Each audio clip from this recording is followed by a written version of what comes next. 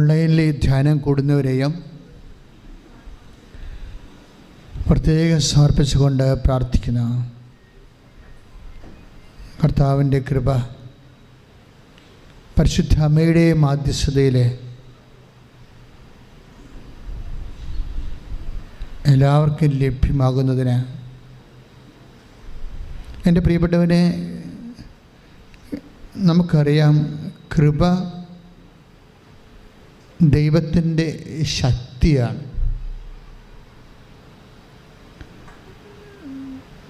ഉടമ്പടിയും കൃപയും തമ്മിൽ ആണ് ബന്ധം.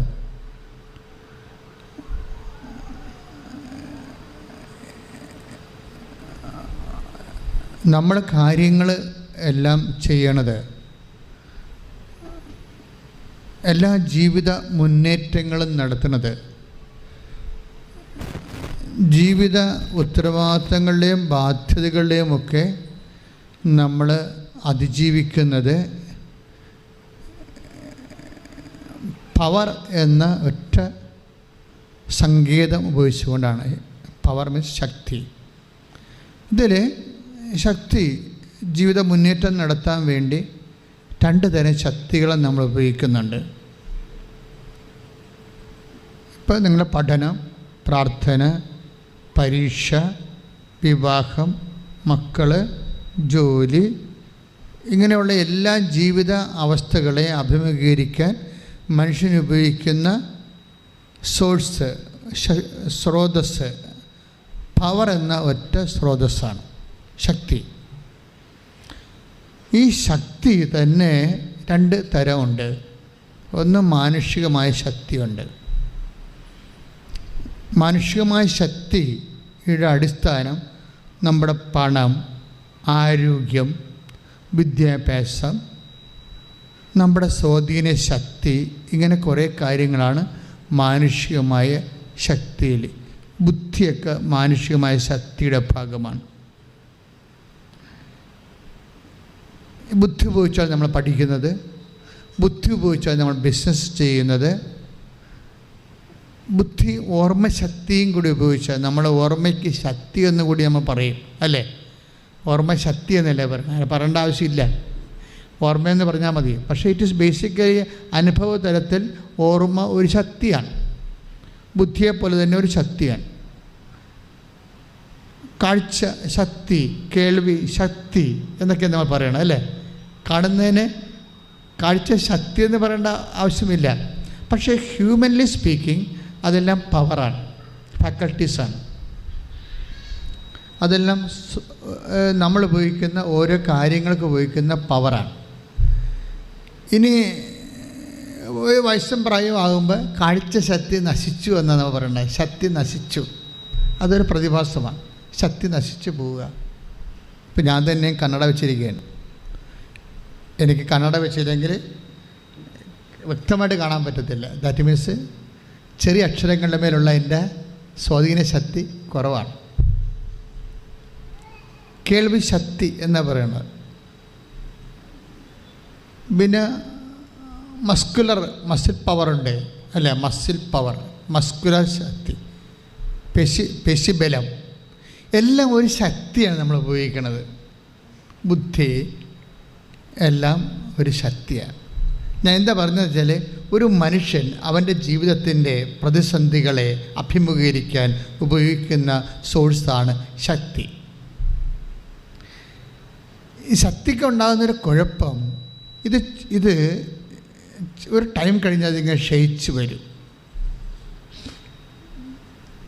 ഈ ക്രൈസിസിനെ എങ്ങനെ മാനേജ് ചെയ്യുമെന്നാണ് ഉടമ്പടി അന്വേഷിക്കുന്നത്. മനസ്സിലായോ? നിങ്ങൾക്ക് മനസ്സിലായോ?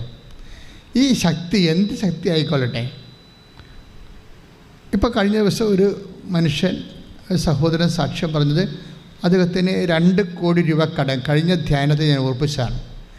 അത്രയും ആസ്തി ബിസിനസ്സുള്ള ഒരാളാണ്.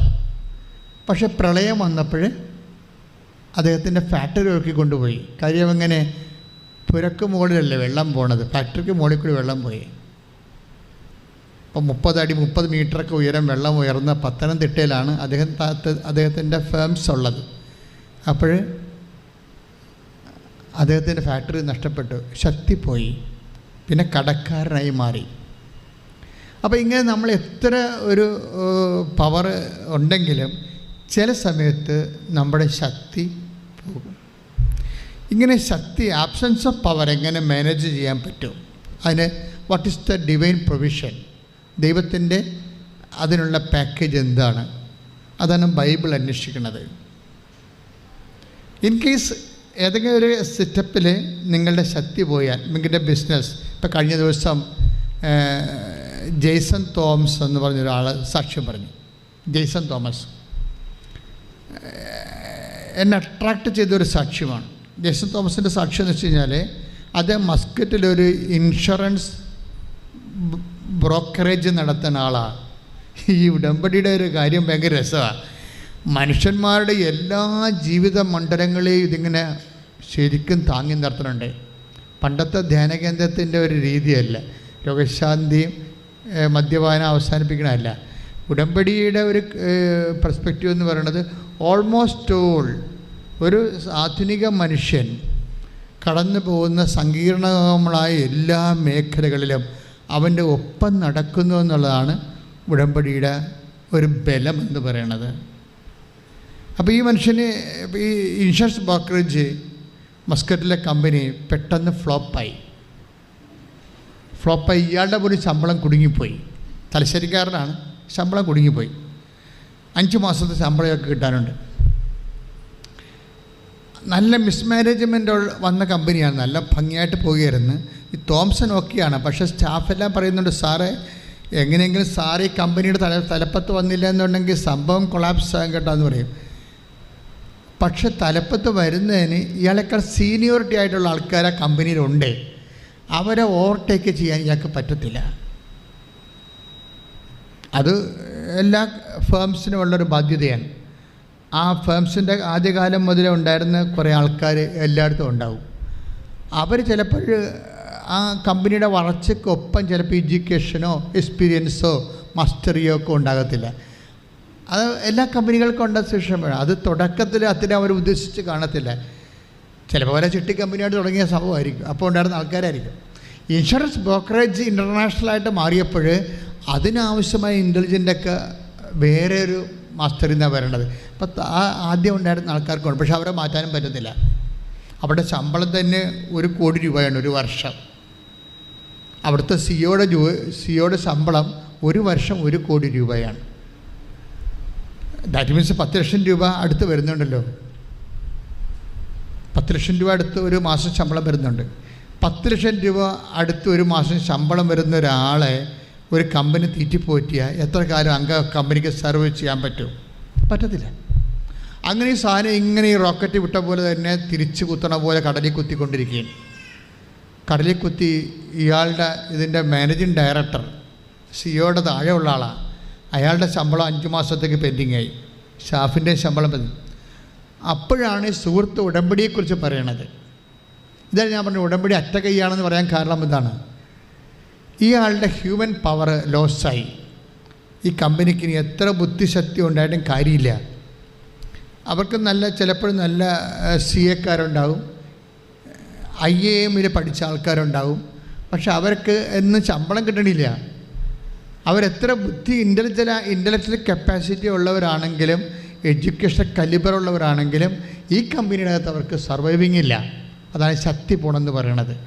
ശക്തി പോണത് എത്ര കപ്പാസിറ്റി ആൾക്കാർ, നിങ്ങളും ചിന്തിക്കണം. എത്ര കപ്പാസിറ്റി ഉണ്ട് എന്ന് അല്ല പ്രശ്നം. നിങ്ങൾക്ക് സർവൈവ് ചെയ്യാൻ പറ്റാത്ത സിറ്റുവേഷൻസ് ഉണ്ടായാൽ നമ്മളൊരു ബ്ലാങ്കായി പോകും. അപ്പം അങ്ങനെ ഈ കമ്പനി സിങ്കായിക്കൊണ്ടിരിക്കുകയാണ്. അപ്പോൾ ഈ മനുഷ്യന് ഉടമ്പടി ചെയ്യും. ഉടമ്പടിയിലൂടെ ഒരു പ്രശ്നം, ഉടമ്പടി നിങ്ങൾ മനസ്സിലാക്കേണ്ടത്, ഉടമ്പടി വർക്കൗട്ട് ചെയ്യുന്ന ഫോർമാറ്റ് തന്നെ അത് ഹ്യൂമൻ പവറിലല്ല, ഒരു ഹ്യൂമൻ പവറിലല്ല ഇത് വർക്ക് ചെയ്യണത്. ഹ്യൂമൻ പവർ എന്ന് പറയുന്നതാണ് എല്ലാ കമ്പനികളുടെയും ഒക്കെ ഒരു ആസ്തി എന്ന് പറയുന്നത്. സാധാരണ ആസ്തി നമ്മളെ മനുഷ്യധനമെന്ന് പറയത്തില്ലേ നമ്മൾ, ആൾക്കാരുടെ ഹ്യൂമൻ പവർ. അതുപോലെ ആൾക്കാരുടെ ആസ്തി എന്ന് പറയുന്നത് ബുദ്ധിയും എഡ്യൂക്കേഷനൊക്കെ. പക്ഷേ ഇത് വർക്കൗട്ട് ചെയ്യണില്ല ഇവിടെ. ഇത് ക്ഷയിച്ച് ക്ഷയിച്ചപ്പോൾ കമ്പനിയെ ക്ഷയിച്ചുകൊണ്ടിരിക്കുകയാണ്. ഇങ്ങനെ വന്നാൽ പിന്നീട് ബൈബിൾ പറയണത് ഈ മനുഷ്യൻ്റെ പവർ ബലഹീനമായി കഴിഞ്ഞാൽ ഓട്ടോമാറ്റിക്കായിട്ട് പിന്നെ വർക്ക് ചെയ്യണത് ദൈവത്തിൻ്റെ ശക്തിയാണ്. ദൈവത്തിൻ്റെ ശക്തി വർക്കൗട്ട് ചെയ്യാൻ നിലവിൽ കൃത്യമായിട്ടുള്ള പ്രോജക്റ്റ് ഇല്ല. നമ്മൾ നൊവേന കൂടുന്നുണ്ട്, പ്രാർത്ഥന കൂടുന്നുണ്ട്, സിംഗിൾ എഡ്ജാണ് സാധനം. ഈ സിംഗിൾ എഡ്ജിനൊക്കെ ഉണ്ടാകുന്ന പ്രശ്നം മേജർ പ്രോജക്റ്റ് എടുക്കാൻ പാടായിരിക്കും. കാര്യം അതിനകത്ത് ദൈവം കക്ഷിയല്ലാത്തത് കൊണ്ടാണ്. നമ്മൾ മാത്രമാണ് കക്ഷി. നമ്മുടെ പ്രാർത്ഥനയ്ക്ക് നമ്മൾ മാത്രമാണ് കക്ഷി. ബാക്കി ഹൈപ്പോത്തറ്റിക്കലായിട്ട് ഒരു വിശ്വാസത്തിൻ്റെ പുറത്ത് നമ്മൾ സമർപ്പിക്കുകയാണ്. അത് ദൈവം അക്സെപ്റ്റ് ചെയ്തോ ഇല്ല എന്നുള്ളത് വേറെ വിഷയമാണ്. പക്ഷെ ഉടമ്പടി വരുമ്പോൾ അങ്ങനെയല്ല. ഇത് ബൈലാറ്ററൽ എഗ്രിമെൻ്റാണ്, ഉഭയകക്ഷിയാണ്. ഞാനൊരു കക്ഷി, എൻ്റെ വിഷയത്തിന് ദൈവവും കക്ഷിയാണ്. ദൈവത്തിന് കുറച്ച് നിബന്ധനകളുണ്ട്, എനിക്ക് നിയോഗമാണുള്ളത്. ഇത് ബൈബിളിൻ്റെ ഒരു പ്ലാൻ ആൻഡ് സ്കീമാണ്, ആദ്യം മുതലേ ഉള്ളതാണ്. പൗലോസ് അപ്പോസ്തലൻ പറഞ്ഞു, ബലഹീനത വന്ന പിന്നെ അടുത്ത ഓപ്ഷൻ ഹ്യൂമൻ പവർ ലോസായി കഴിഞ്ഞാൽ, ബുദ്ധിയായാലും ശക്തിയായാലും ധനമായാലും ഹ്യൂമൻ പവർ ലോസായി കഴിഞ്ഞാൽ പിന്നുള്ള ഓപ്ഷൻ ഡിവൈൻ പവറാണ്. ഡിവൈൻ പവറിന് ബൈബിൾ വിളിക്കുന്ന പേരാണ് കൃപയെന്ന്. നമ്മൾ കൃപയെന്ന് പറയുമ്പോൾ പ്രസാദം എന്നൊക്കെ പറയാം. അതൊന്നും അല്ല സംഭവം. It's A power. അത് എപ്പോഴുമുള്ള ഇതിൻ്റെ ഫണ്ടമെൻ്റൽ വേർഡ് എന്ന് പറഞ്ഞാൽ 2 കൊറിന്ത്യസ് 10:9. Take the word of God. 2 കൊറിന്ത്യസ് 10:9 ശ്രദ്ധിക്കട്ടെ.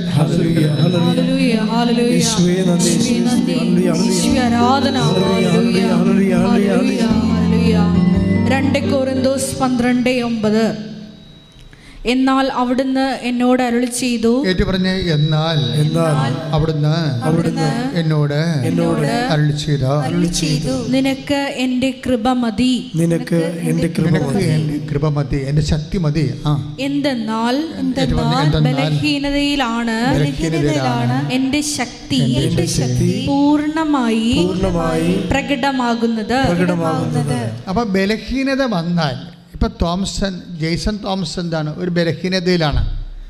എന്താണ്, കമ്പനി ലാപ്സായി പോയിക്കൊണ്ടിരിക്കുന്നു. അയാൾക്ക് ശമ്പളം കിട്ടിയിട്ട് 5 മാസമായി. ഈ ബലഹീനത ഇനി പ്രവർത്തിക്കാൻ എന്താ പറയണത്? അടുത്ത വായിച്ച് എന്തെന്നാൽ ബലഹീനതയിലാണ് ദൈവത്തിന്റെ ശക്തി പ്രവർത്തിക്കുന്നത്.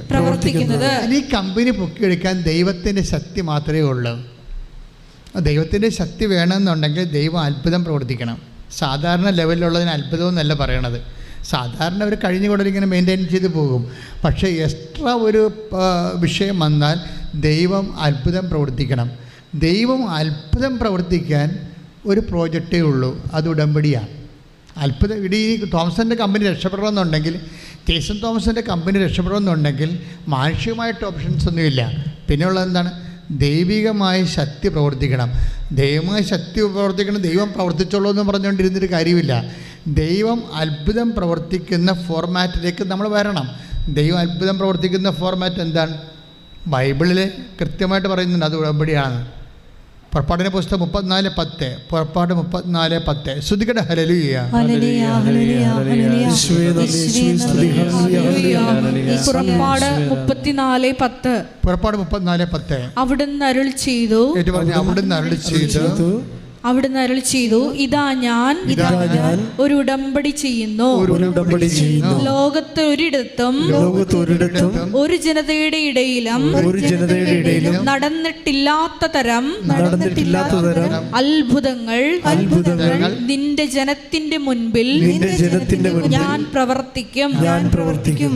ഇതാണ് പ്രശ്നം. മനസ്സിലായില്ലേ? ഉടമ്പടിയും അത്ഭുതവും തമ്മിലാണ് ബന്ധം. അത്ഭുതങ്ങൾ ഉണ്ടാകാൻ വേണ്ടിയും, ഇപ്പം നമ്മൾ കൃപാസനത്തിൻ്റെ നിങ്ങൾ പുതിയ യൂട്യൂബ് കണ്ടോ? ഒരു ദിവസം 100 സാക്ഷ്യം വെച്ചാൽ കിട്ടണത്. അത്ഭുത സാക്ഷ്യങ്ങൾ 100 ഇപ്പോൾ പുതിയതല്ല. അത്ഭുതങ്ങൾ പ്രവർത്തിക്കുന്നത് ആദിമസഭയുടെ മുഖമുദ്രയാണ്. അത് അപ്പോസ്തലന്മാരൊക്കെ തിരഞ്ഞെടുക്കുമ്പോഴും, നിങ്ങളുടെ അപ്പോസ്തലന്മാരെക്കുറിച്ച് പൗലോസ് അപ്പോസ്തലൻ പറയണതും, പ്രവാചകന്മാർ, അതുപോലെ തന്നെ സുവിശേഷ പ്രഘോഷകർ, അത്ഭുതം പ്രവർത്തിക്കുന്നവർ എന്ന് പ്രത്യേകം പറയുന്നുണ്ട്. അപ്പം ചില കാര്യങ്ങൾക്ക് അത്ഭുതം, take the bed of God, അത്ഭുതം പ്രവർത്തിക്കുന്നവർ. ശ്രദ്ധിക്കട്ടെ. ഹല്ലേലൂയ.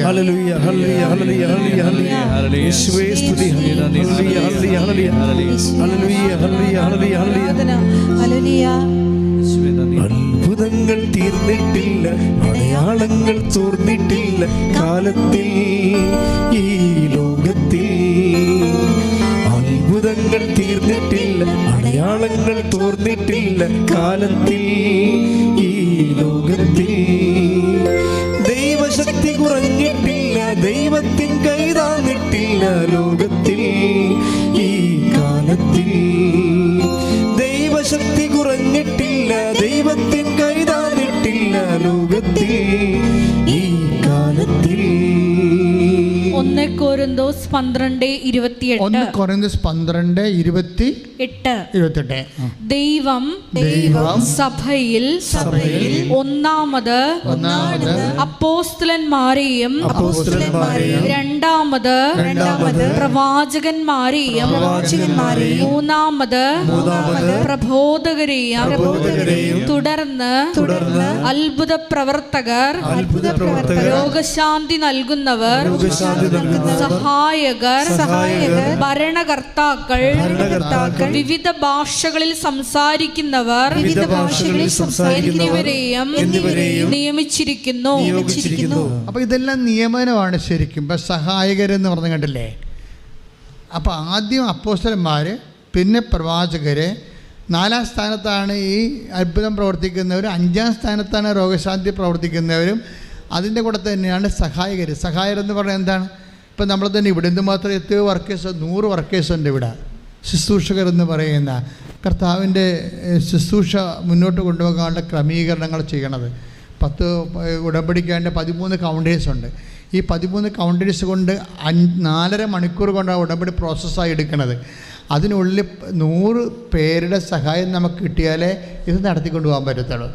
അത് സഹായികരുന്നു. പക്ഷേ അത് സഹായം ഒരു ശുശ്രൂഷയാണ്, അതൊരു ഫങ്ഷനല്ല, ഒരു വർക്കല്ലത്, അത് മിനിസ്ട്രിയാണ്. സഹായകർ ആദിമസഭ മുതൽ ഉണ്ടായതാണ്. പക്ഷേ ഇതെല്ലാം അപ്പോസ്തലന്മാർക്ക് വിധേയമായിരിക്കണം. അപ്പോസ്തലന്മാരുടെ സ്ഥാനത്തുള്ള ആരാണ്? ബിഷപ്പുമാരാണ്. അതുപോലെ അതിനുശേഷം ഈ പ്രവാചകന്മാർ വരെ ബിഷപ്പുമാരുണ്ട്. അതിൻ്റെ പ്രഘോഷകരുണ്ടാവും, പ്രവാചകരുണ്ടാവും. അതെല്ലാം വചന പ്രഘോഷമായിട്ട് ബന്ധപ്പെട്ട മിഷണറീസാണ്. അപ്പോൾ അവരെല്ലാം ആരായാലും ശരി അപ്പോസ്തലനും വിധേയമായിരിക്കണം. അപ്പോസ്തലനാണ് അധികാരം ദൈവം കൈമാറിയിരിക്കുന്നത്. അപ്പോൾ ഇത് സഭയുടെ ഒരു സ്ട്രക്ചറാണ്. അതിൻ്റെ ഭാഗമായിട്ട് ചില സമയത്ത് ഒരു വ്യക്തിക്ക് ഒരു ദൈവം ഒരു അത്ഭുതം പ്രവർത്തിക്കേണ്ടാതെ നിക്കക്കളില്ലാതെ വരുമോ? ഇപ്പോൾ ജെയ്സൺ തോമസിൻ്റെ പ്രശ്നം അതല്ലേ? ജെയ്സൺ തോമസിനെ സംബന്ധിച്ചിടത്തോളം ഇപ്പോൾ പുറപ്പാട് 34:10 അനുസരിച്ച് കൊണ്ട് ദൈവം ഉടമ്പടി സ്ഥാപിച്ചിരിക്കുന്നത് അത്ഭുതം പ്രവർത്തിക്കാൻ തന്നെയാണ്, ഒരു സംശയമില്ല കരുതിൽ. പക്ഷേ ആ അത്ഭുതം പ്രവർത്തിക്കുമ്പോൾ ഈ ജെയ്സൺ തോമസ് എന്താ ചെയ്തിരിക്കണത്?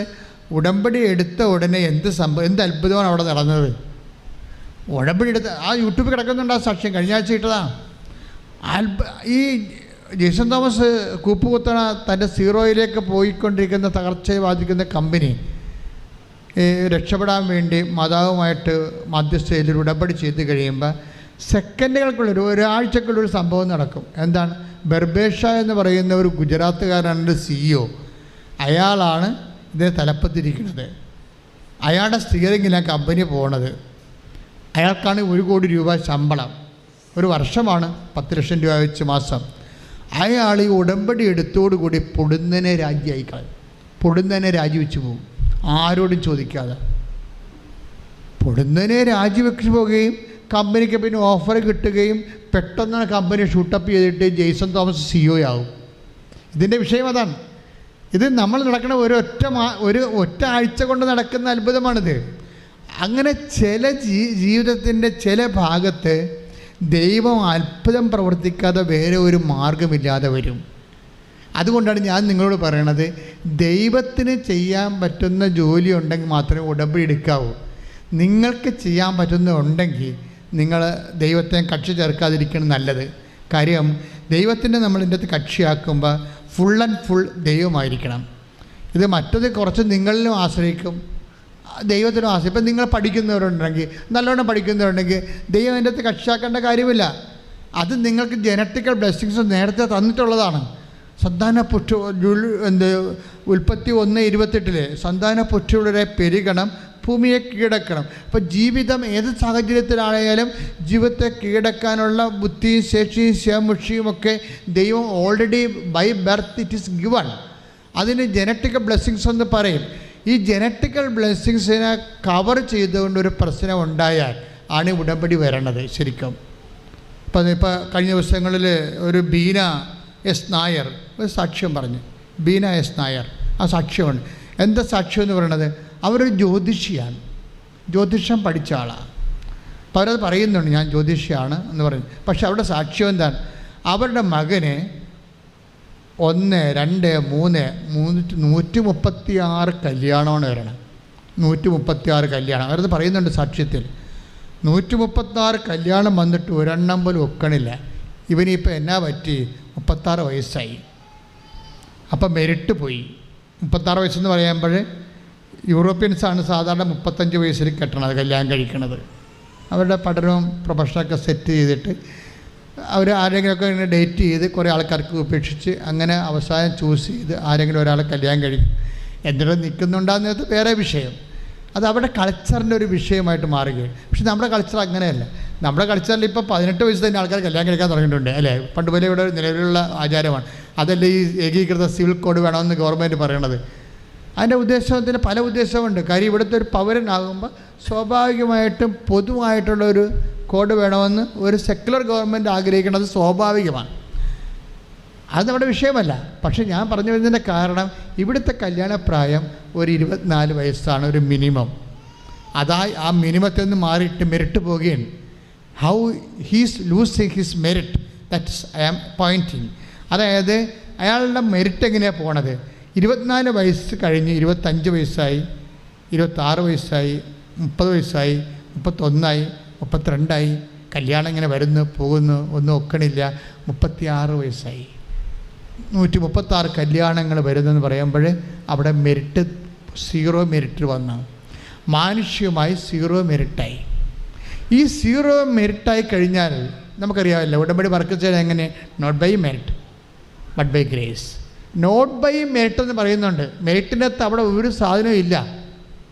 നിങ്ങളെന്താ പറയുക, പല കാര്യങ്ങളും നിങ്ങൾക്ക് മെറിറ്റുള്ള കാര്യങ്ങളാണ് നിങ്ങൾ ഉടമ്പടി വെക്കണത്. അതുകൊണ്ടാണ് നിങ്ങൾക്ക് അതിൻ്റെ അകത്ത് ഇൻവെസ്റ്റ് ചെയ്യാൻ പറ്റാതെ വരണത്. നിങ്ങൾക്കോ ഇതിപ്പോൾ പ്രാർത്ഥിച്ചില്ലേ നടക്കും. എൻ്റെ ആങ്ങളെയാണ് പഞ്ചായത്ത് പ്രസിഡൻറ്റ്. ഇപ്പം ലൈഫിൻ്റെ വീട് വരുമ്പോൾ എനിക്ക് കിട്ടുമെന്ന് പറയത്തില്ലേ? എൻ്റെ ആങ്ങളെയാണ് പഞ്ചായത്ത് പ്രസിഡൻറ്റ്, അത് ലൈഫിൻ്റെ വീട് വരുമ്പോൾ എനിക്ക് കിട്ടുമെന്ന് പറഞ്ഞിട്ട് നിങ്ങളിവിടെ കൊണ്ടുവന്ന് മാതാവിനോട് വീട് തരണമെന്ന്, ലൈഫിലെ വീട് തരണമെന്ന് പറയുമ്പോൾ വിഷയമാകും. കാര്യം എന്താണ്? മെറിറ്റ് നിങ്ങൾ ഓൾറെഡി ഹൈജാക്ക് ചെയ്തിട്ടുണ്ട്. ആങ്ങളെ വെച്ച് നിങ്ങളുടെ മെറിറ്റ് ഹൈജാക്കാക്കി. പിന്നെ അത് ഉടമ്പടി വെച്ച് ദൈവത്തിന് എന്താ നാണം കെടുത്തണത്? അവിടെയാണ് ലാഗിങ് വരണത്. ഉടമ്പടി ലാഗിങ് വരരുത്.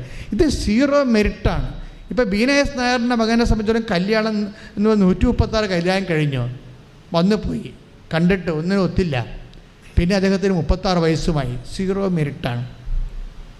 ഈ 0 മെറിറ്റുള്ള ആൾ എങ്ങനെയാണ് ഉടമ്പടി എടുക്കുമ്പോൾ ആ ആഴ്ചത്തന്നെ കല്യാണം നടക്കണത് എങ്ങനെ? ഇതാണ് പുറപ്പാട് 34:10. എന്താണ്? ഞാൻ നീയുമായിട്ടൊരു ഉടമ്പടി ചെയ്യാം. നിനക്ക് 0 മെറിറ്റാണെങ്കിലും ശരി, ഞാൻ 0 മെറിറ്റ് വരുമ്പോഴാണ് അത്ഭുതം പ്രവർത്തിക്കണത്.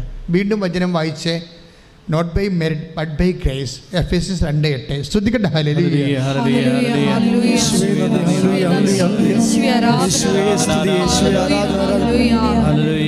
എഫെസ്യസ് 2:8. വിശ്വാസം വഴി കൃപയാലാണ് നിങ്ങൾ രക്ഷിക്കപ്പെട്ടത്. വിശ്വാസം വഴി കൃപയാലാണ് നിങ്ങൾ രക്ഷിക്കപ്പെട്ടത്. അത് നിങ്ങൾ നേടിയെടുത്തതല്ല, ദൈവത്തിന്റെ ദാനമാണ്. അപ്പോൾ ദൈവത്തിന്റെ ദാനം എന്ന് പറയുമ്പോൾ അത് നിങ്ങൾ നേടിയെടുത്തതല്ല, നിങ്ങൾക്കത് മെറിറ്റ് ഇല്ലെന്നാണ്. അതാണ് എഫെസ്യസ് 2:8. അത് നിങ്ങൾ നേടിയെടുത്തതല്ല, നിങ്ങളുടെ ബുദ്ധി കൊണ്ടോ എഡ്യൂക്കേഷൻ കൊണ്ടോ സ്വാധീനം കൊണ്ടോ അല്ലെങ്കിൽ നിങ്ങളുടെ പ്രയോറിറ്റി കൊണ്ടോ നിങ്ങളുടെ എക്സ്പീരിയൻസ് കൊണ്ടോ നിങ്ങൾ നേടിയെടുത്തതല്ല. അവിടെ നിങ്ങളുടെ നേട്ടം 0 മെറിറ്റാണ്. പിന്നെന്താണ്? ദൈവത്തിൻ്റെ ദാനമാണ്. ഒന്ന് പറഞ്ഞ്, ദൈവത്തിൻ്റെ ദാനമാണ്. 0 മെറിറ്റിൽ വരുമ്പോൾ പിന്നെയുള്ള ഓപ്ഷൻ ദൈവത്തിൻ്റെ ദാനമാണ്. ഈ ദൈവത്തിൻ്റെ ദാനം എപ്പോഴും വരണത് അത്ഭുതങ്ങളുടെ രൂപത്തിലാണ്. നമുക്ക് മെറിറ്റ് ഇല്ലെങ്കിൽ പിന്നെ അത്ഭുതമാണ് ഉണ്ടാകേണ്ടത്. പിന്നെ ഓപ്ഷൻ അതാണ്. അതുകൊണ്ടാണ് ആ അത്ഭുതം പ്രവർത്തിക്കാൻ ഉടമ്പടി തന്നെ വേണമെന്ന് പുറപ്പാട് 34:10 പറയണത്. പുറപ്പാട് 34:10 ഒന്ന് വായിക്കട്ടെ, ശ്രദ്ധിക്കട്ടെ. ഹല്ലേലൂയ. ഹല്ലേലൂയ, ഹല്ലേലൂയ, ഹല്ലേലൂയ, ഹല്ലേലൂയ. യേശുവേ, യേശുവേ, സ്തുതി. ഹല്ലേലൂയ. അവിടുന്ന് അരുൾ ചെയ്തു, അവിടുന്ന് അരുളി ചെയ്തു, ഇതാ ഞാൻ ഒരു ഉടമ്പടി ചെയ്യുന്നു. ലോകത്തൊരിടത്തും ഒരു ജനതയുടെ ഇടയിലും നടന്നിട്ടില്ലാത്ത തരം അത്ഭുതങ്ങൾ എന്റെ ജനത്തിന്റെ മുൻപിൽ ഞാൻ പ്രവർത്തിക്കും. ഇത് ദൈവത്തിൻ്റെ വാക്കാണ്. അപ്പം നമ്മൾ ശ്രദ്ധിക്കേണ്ടത്, ഈ ദൈവത്തിൻ്റെ വാക്ക് നിറവേറുമ്പോഴാണ് നമുക്ക് ദൈവത്തിൻ്റെ ദാനങ്ങൾ ലഭിക്കണത്. ദൈവത്തിൻ്റെ ദാനങ്ങൾ ലഭിക്കണമെങ്കിൽ എന്ത് ചെയ്യണം? ബേസിക്കായിട്ട് നമുക്ക് വിശ്വാസം ഉണ്ടാകണം, അല്ലേ? അതാണ് എഫേസ്യസ് 2:8, take the word of God. വിശ്വാസം. ശ്രദ്ധിക്കട്ടെ. ഹല്ലേലൂയ. എഫേസ്യോസ് 2:8 എഫേസ്യസ് 2:8 വിശ്വാസം വഴി കൃപയാലാണ് നിങ്ങൾ രക്ഷിക്കപ്പെട്ടത്. അത് നിങ്ങൾ നേടിയെടുത്തതല്ല, ദൈവത്തിന്റെ ദാനമാണ്. Praise the Lord. അപ്പോൾ കൃപയാലാണ് നമ്മൾ രക്ഷിക്കപ്പെടുന്നത്, വീണ്ടെടുക്കപ്പെടുന്നത്. അപ്പോൾ കൃപ ദൈവത്തിൻ്റെ ശക്തിയാണെന്ന് പറയുമ്പോൾ വിശ്വാസം വഴി, ഇപ്പം നമ്മൾ 2 കൊരിന്ത്യർ 12:9, 2 എഫേസ്യർ 2:8 കൂടി ലിങ്ക് ചെയ്ത് വായിക്കും. മനസ്സിലാക്കേണ്ടത് എന്താണ്? വിശ്വാസം വഴി കൃപയാലാണ്. അത് മീൻസ് ദൈവത്തിൻ്റെ ശക്തിയാലാണ്. ഒന്ന് പറഞ്ഞ വിശ്വാസം വഴി ദൈവത്തിൻ്റെ കൃപയാലാണ്, അഥവാ ദൈവത്തിൻ്റെ ശക്തിയാലാണ് അത്ഭുതങ്ങള് പ്രവർത്തിക്കപ്പെട്ട് ദൈവത്തിൻ്റെ ദാനം ഉടമ്പടി വഴി നമ്മൾക്ക് ലഭിക്കുന്നത്. കൈ അടിച്ച് കർത്താവിനെ ശ്രദ്ധിക്കട്ടെ. ശക്തി പ്രവർത്തിച്ച് ഞങ്ങളെ സാക്ഷി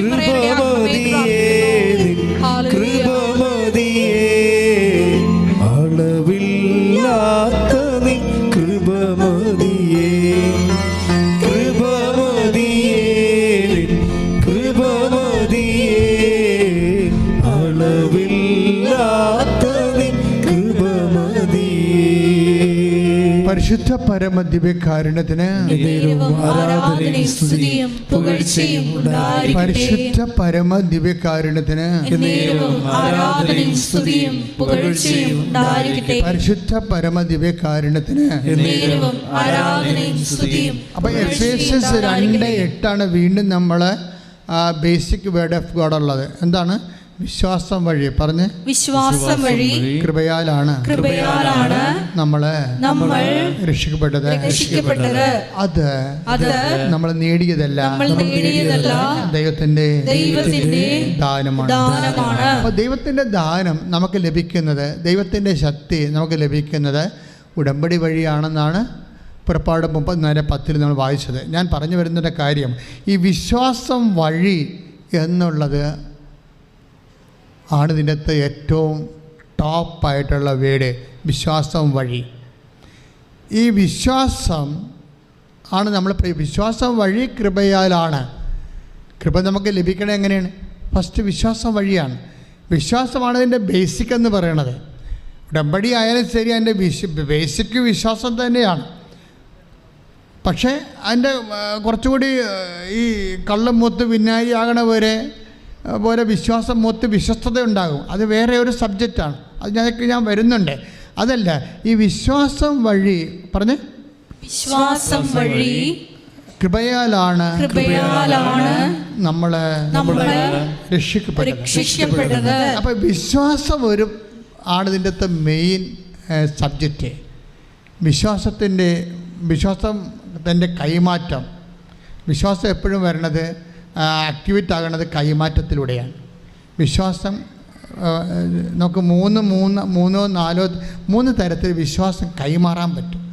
ഒന്ന്, വിശ്വാസം പ്രഖ്യാപനത്തിലൂടെ നമുക്ക് വിശ്വാസം പ്രകടിപ്പിക്കാം. വിശ്വാസ പ്രകടനത്തെക്കുറിച്ചാണ് ഞാൻ നിങ്ങളോട് സംസാരിക്കുന്നത്.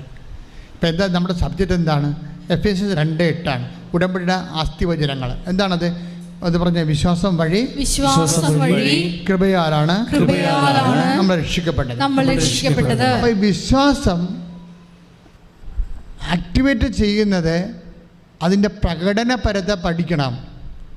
നമുക്ക് ബുദ്ധിപരമായിട്ട് ചെയ്യേണ്ട ഒരു വിഷയമാണ് ഉടമ്പടി, അല്ലാതെ വൈകാരികമായിട്ട് വരുന്ന വിഷയമല്ല. വിശ്വാസത്തിന് ഒരു പ്രകടനപരതയുണ്ട്, വിശ്വാസം പ്രകടിപ്പിക്കുന്ന രീതി. ഇപ്പോൾ വേണമെങ്കിൽ നമുക്ക് എനിക്ക് 3 തരത്തിൽ വിശ്വാസം പ്രകടിപ്പിക്കാൻ പറ്റും. വിശ്വാസം പ്രഘോഷിക്കുക, നമുക്ക് അധരം കൊണ്ട് പ്രഘോഷിക്കുക, അല്ലേ? അത് റോമ 10:9 വിശ്വാസ പ്രഘോഷണം. എന്താണ് പ്രഖ്യാപനം? അങ്ങനെ പറയാം. എന്താ റോമ 10:9? യേശു കർത്താവാണെന്ന് അധരം കൊണ്ട് ഏറ്റുപറയുകയും ദൈവം അവനെ മരിച്ചവരെന്ന് ഉയർപ്പിക്കുകയും ചെയ്യുന്ന ഹൃദയത്തിൽ വിശ്വസിക്കുമ്പോഴാണ് രക്ഷ പ്രാപിക്കുന്നത്. അപ്പൊ വിശ്വാസം പ്രഖ്യാപിച്ചാൽ രക്ഷ പ്രാപിക്കാൻ പറ്റും. വിശ്വാസം പ്രഖ്യാപിച്ചാൽ എന്താണ് വിശ്വാസം? യേശു കർത്താവാണെന്നുള്ളതാണ് വിശ്വാസം. അത് അധരം കൊണ്ട് പ്രഖ്യാപിക്കണം. അധരം കൊണ്ട് പ്രഖ്യാപിക്കും. അതിനാണ് നമ്മൾ വിശ്വാസ പ്രമാണം ചെല്ലണത്. അപ്പോൾ വിശ്വാസ പ്രമാണം ചെല്ലുമ്പോൾ നിങ്ങളുടെ മനസ്സത് ഉണ്ടാകണം, ഞാൻ എന്താണ് ചെയ്യണത്. കണാ പഠിപ്പിച്ചൊരു പ്രാർത്ഥന കണാ കുണാന്നും പറഞ്ഞുകൊണ്ട് ഇങ്ങനെ പട്ടിക പറയണവർ പറഞ്ഞിട്ട് കഥയില്ല. അതൊരു ആക്ടിവേഷൻ പ്രിൻസിപ്പിളാണ്. വിശ്വാസം പ്രഖ്യാപിക്കുകയാണ്. എന്താ വിശ്വാസത്തിൻ്റെ അന്തസ്സത്ത എന്താണ്? യേശു കർത്താവാണ്, അതാണ് വിഷയം. അതോടുകൂടി വിശ്വാസം എല്ലാം തീരും. കാര്യം രോഗമല്ല കർത്താവ്, കടമല്ല കർത്താവ്, ഇന്ന് വന്നിരിക്കുന്ന സാമ്പത്തിക തകർച്ചയെന്ന് ഭരിക്കേണ്ട കാര്യമില്ല. എന്നെ ഭരിക്കാൻ ഒരാളുണ്ട്, അവൻ മരണത്തെ ജയിച്ച ഉയർത്തെഴുന്നേറ്റ കർത്താവാണ്. കൈയടിച്ച് കർത്താവ്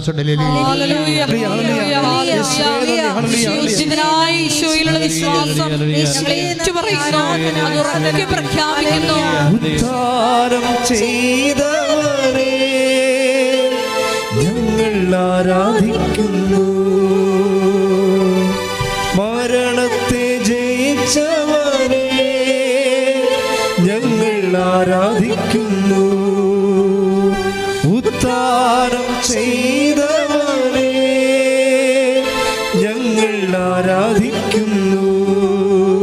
പരിശുദ്ധ പരമ ദിവ്യകാരുണ്യത്തിന് ആരാധനയും സ്തുതിയും പുകഴ്ചയും ഉണ്ടായിരിക്കട്ടെ. അപ്പോൾ ഉയർത്തെഴുന്നേൽപ്പ്, യേശുവിൻ്റെ ഉയർത്തെഴുന്നേൽപ്പിൽ വിശ്വസിക്കുമ്പോഴാണ് യേശു കർത്താവെന്ന് പറയുന്നത്. അല്ലെങ്കിൽ യേശു മാത്രമാണ്. എൻ്റെ കർത്താവ് എന്ന് വിളിക്കണമെങ്കിൽ അതിൻ്റെ അർത്ഥം ആ വിശ്വാസി അതിൻ്റെ ദൈവശാസ്ത്രം അറിയുന്നു എന്നതിൻ്റെ അർത്ഥം എന്താണ്? യേശു മരണത്തെ അതിജീവിച്ച് ഉയർത്തെഴുന്നേറ്റ് ജീവൻ്റെ മേൽ കർത്തൃസ്ഥാനമുള്ള ആളാണ്. അതാണ് കർത്താവ്. യേശു കർത്താവാണെന്ന് പറഞ്ഞാൽ തീരാവുന്ന പ്രശ്നമേ മനുഷ്യൻ്റെ ജീവിതത്തിലുള്ളത്. അത് വിശ്വാസ പ്രഖ്യാപനമാണ്. അപ്പോൾ വിശ്വാസം പ്രഖ്യാപിക്കുന്നവർ അതിൻ്റെ മാത്തമാറ്റിക്സ് അറിയണം. അല്ല വെറുതെ എന്ത് യേശു കർത്താവാണെന്ന് പറഞ്ഞാൽ ചുമ്മാ അത്തരം കൊണ്ട് ഏറ്റു പറയുമ്പോൾ ഹൃദയത്തിൽ ഒരു സെക്കൻഡ് ഫാക്കൽറ്റി ഉണ്ട്. ഇത് നമുക്കറിയാമല്ലോ, ഇത് ഒരു മൗത്താണ്, ഒരു മെഗാഫോണാണിത്. ഈ മെഗാഫോണിൻ്റെ ഇത് മെഗാഫോൺ കൊണ്ട് യേശു കർത്താവാണെന്ന് നമ്മൾ സ്വരത്തിൽ പറയുമ്പോൾ അതിൻ്റെ ആസ്തിയിൽ തന്നെ ഹൃദയത്തിൽ വിശ്വസിക്കണം. എന്ത് പറയണം? യേശു കർത്താവാണെന്ന് അത്തരം കൊണ്ട് ഏറ്റു പറയുമ്പോൾ ഹൃദയത്തിൽ നമ്മൾ വിശ്വസിക്കണം. എന്താണ്? ദൈവം അവനെ മരിച്ചവളെന്ന് ഉയർപ്പിച്ചു എന്നാണ്. അവിടെ പീഡാസഹനങ്ങൾക്കൊന്നും വലിയ പ്രാധാന്യമില്ല. അവിടെ ഉയർത്തുന്നതിന് മാത്രമാണ് പ്രാധാന്യം. അനുദിന ജീവിതത്തിലെ ജീവിത അനുഭവങ്ങളെ അതായത് അതിജീവിക്കാനുള്ള ഒന്നാമത്തെ മാർഗം ഒന്ന് കുരിശും ഒന്ന് ഉയർത്തെഴുന്നേൽപ്പുമാണ്. കുരിശിനെ അതിജീവിക്കുന്നത് ഉയർത്തെഴുന്നേൽപ്പിൻ്റെ കാലം വരെ നമുക്ക് കിട്ടുന്ന ഒരു സഹിഷ്ണുത, ഒരു വിഷയവുമായിട്ട് നമ്മൾ പൊരുത്തപ്പെടാൻ വേണ്ടി ആണ് കുരിശ് നമുക്കൊരു പാഠ്യവിഷയമായി മാറണത്. കുരിശിൻ്റെ കാലം കഴിയുമ്പോൾ യേശുവിനെ കർത്താവ് ഉയർത്തുന്ന ഉത്ഥാനത്തിൻ്റെ കാലം വരും. അപ്പോഴും ഞാൻ കർത്താവിൻ്റെ സാക്ഷിയായിട്ട് പ്രഘോഷിക്കും. സാക്ഷ്യത്തിന് വേണ്ടി ഒരിക്കലാണ് ഈ കുരിശ് ചെയ്യണത്. ദുഃഖാനുഭവങ്ങളും ദുരിതാനുഭവങ്ങളും രോഗാനുഭവങ്ങളും ഒക്കെ ചെയ്യണത് ക്രിസ്തുവിലേക്കുള്ള ഉത്ഥാനം ചെയ്ത ക്രിസ്തുവിലേക്കുള്ള നമ്മുടെ ദൂരമാണ്. കൈയിട്ടിച്ച് കർത്താവിനെ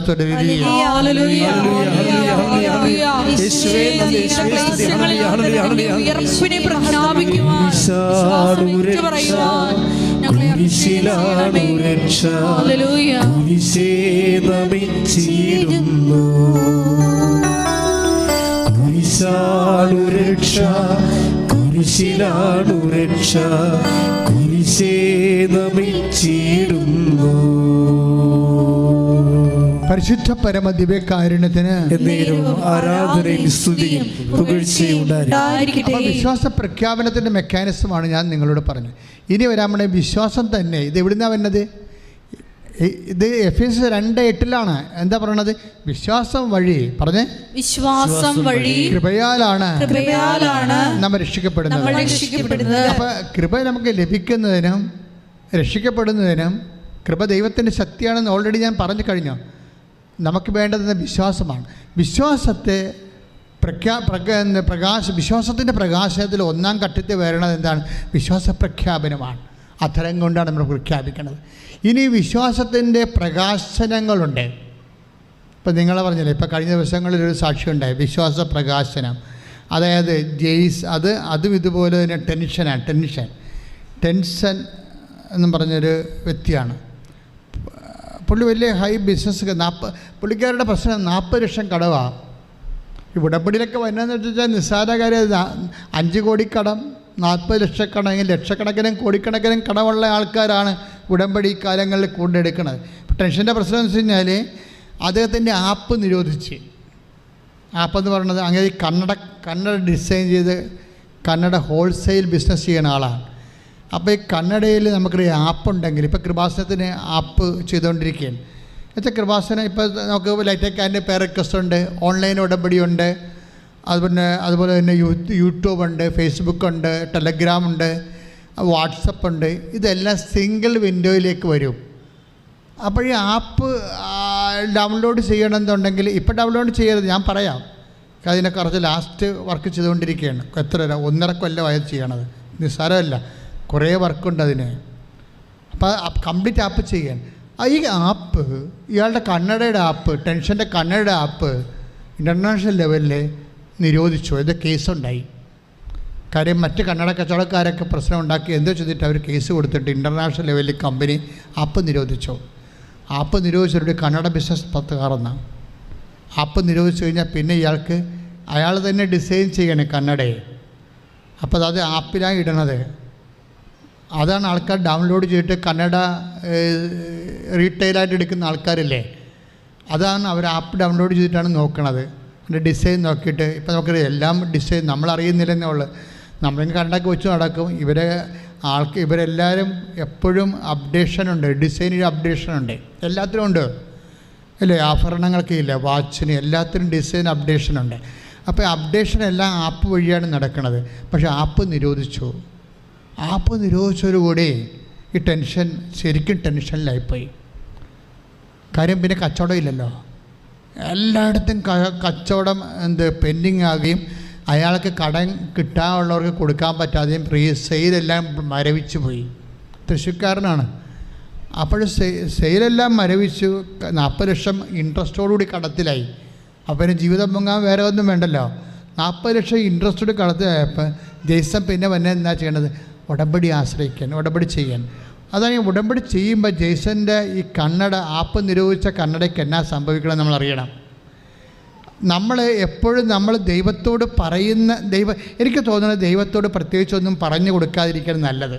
ഇന്നതുപോലെ ചെയ്തു തന്നാൽ ഇന്നതുപോലെ ഞാൻ രക്ഷപ്പെടും, അങ്ങനെയൊന്നും നിങ്ങൾ പറയാതിരിക്കാൻ നല്ലത്. കാര്യം നിങ്ങളുടെ കൊച്ചു ബുദ്ധിക്ക് പറ്റുന്നതിനേക്കാൾ ഉപരി നമ്മുടെ ധാരണയുടെ അതിലേക്കാണ് ദൈവത്തിൻ്റെ ബുദ്ധി. മനസ്സിലായ? അപ്പം നമ്മൾക്കൊരു ധാരണ ഉണ്ടാവും, നമ്മുടെ കന്നഡ രക്ഷപ്പെടണമെങ്കിൽ, കന്നഡ വ്യാപാരം രക്ഷപ്പെടണമെങ്കിൽ ഇന്നത് ദൈവം ചെയ്തു തന്നാൽ മതി. അപ്പോൾ ദൈവത്തിനെ കയറി പഠിപ്പിക്കാൻ നിൽക്കരുത് ആരും. നിങ്ങൾ രക്ഷപ്പെടണമെങ്കിൽ ഇന്ന കാര്യം ദൈവം ചെയ്തു തന്നാൽ മതി എന്ന് പറയരുത്. അത് മണ്ടത്തര. കാര്യം പലപ്പോഴും ബൈബിൾ പറയും, നിങ്ങളുടെ ധാരണകളെ അതിലേക്കാണ് taking the word of God. നിങ്ങളുടെ ധാരണകളെ അതിലേക്ക്. ഫിലിപ്പിയർ 4:6-7 ഒന്നിനെക്കുറിച്ചും ആകുലരാകേണ്ട. പറഞ്ഞേ, ഒന്നിനെക്കുറിച്ചും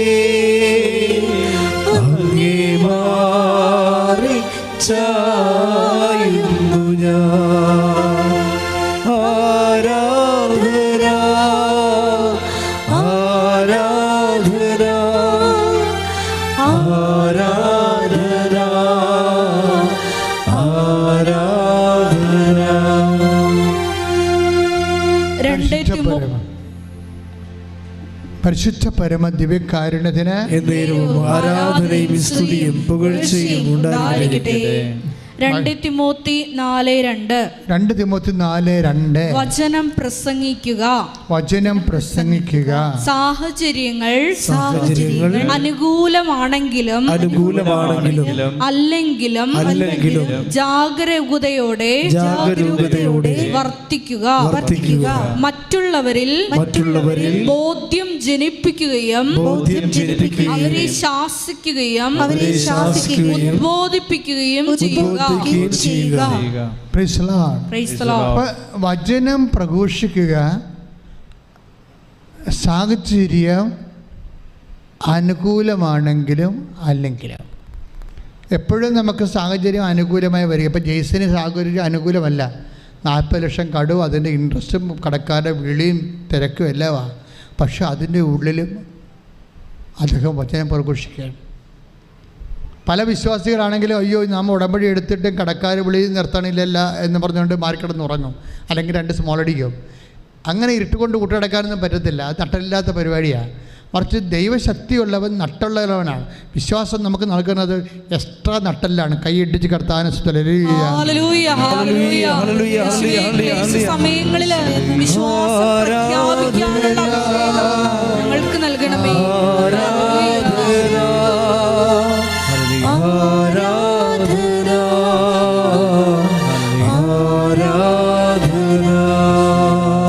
പരിശുദ്ധ പരമദിവ്യകാരുണ്യത്തിന് വിശ്വാസിയെ സംബന്ധിച്ചിടത്തോളം ഉള്ള അനുഭവമാണ് സുവിശേഷം. ഇപ്പം കടമുണ്ടാകാം, രോഗമുണ്ടാകാം, പക്ഷെ സുവിശേഷം വിലങ്ങ് വെക്കപ്പെട്ടിട്ടില്ല. സുവിശേഷം സാഹചര്യം അനുകൂലമല്ലെങ്കിലും അത് പ്രഘോഷിക്കാനുള്ള വിശ്വാസമെന്ന് പറയണത് അത് വിശ്വാസത്തിൻ്റെ ഒരു പ്രകാശനമാണ്. അപ്പം ജെയ്സൺ ഞാൻ പറഞ്ഞ വിശ്വാസം കൈമാറുന്നത് വിശ്വാസ പ്രഖ്യാപനത്തിലൂടെ, പിന്നെ എന്താണ് വിശ്വാസ പ്രകാശനത്തിലൂടെ. വിശ്വാസ പ്രകാശനമാണ് ഇപ്പോൾ ജെയ്സൺ ചെയ്യണത്. എന്താണ് കാര്യം? അവിടെ സാഹചര്യം അനുകൂലമല്ല, പക്ഷേ സ്റ്റിൽ അയാൾ ഓരോ മെഡിക്കൽ കോളേജിനെ വാദിക്കലും ഹോസ്പിറ്റൽ വാദിക്കുന്നതുകൊണ്ട് കൃപാസനം പത്രം പറഞ്ഞ് കൊടുക്കുക. അത് അക്രൈസ്തവരാണെന്ന് കണ്ട അദ്ദേഹം കാനായിലെ കല്യാണത്തെക്കുറിച്ചും ഒരു കുടുംബം അന്യം നിന്ന് പോകാൻ പോകുമ്പോൾ തകർച്ച ബാധിക്കുമ്പോൾ അമ്മ എങ്ങനെ മധ്യസ്ഥം വഹിക്കണമെന്നും അമ്മയുടെ മധ്യസ്ഥം എങ്ങനെ യേശു കേൾക്കണമെന്നും എങ്ങനെ കുടുംബം വീണ്ടെടുക്കണമെന്നും ഈ മനുഷ്യൻ പറഞ്ഞ് ആ മനുഷ്യൻ പഠിച്ച് സുവിശേഷം പ്രഘോഷിക്കാൻ കൊടിയ കടത്ത് നിന്നുകൊണ്ട് ആ മനുഷ്യൻ സാഹചര്യം അനുകൂലമല്ലാത്തപ്പോഴും ആ മനുഷ്യൻ സുവിശേഷം വിലങ്ങ് വെക്കാത്ത സുവിശേഷം പ്രസംഗിച്ചുകൊണ്ടിരിക്കുകയാണ്. ഒന്ന് പ്രാർത്ഥിക്കുക. കർത്താവായ ദൈവമേ, ഈ വചനം കേൾക്കുന്ന എൻ്റെ ജീവിതത്തിലെ എൻ്റെ ജീവിത സാഹചര്യം രോഗങ്ങൾ കൊണ്ടോ കടങ്ങൾ കൊണ്ടോ ജോലിയില്ലായ്മ കൊണ്ടോ കലഹങ്ങൾ കൊണ്ടോ വിവാഹമോചനം കൊണ്ടോ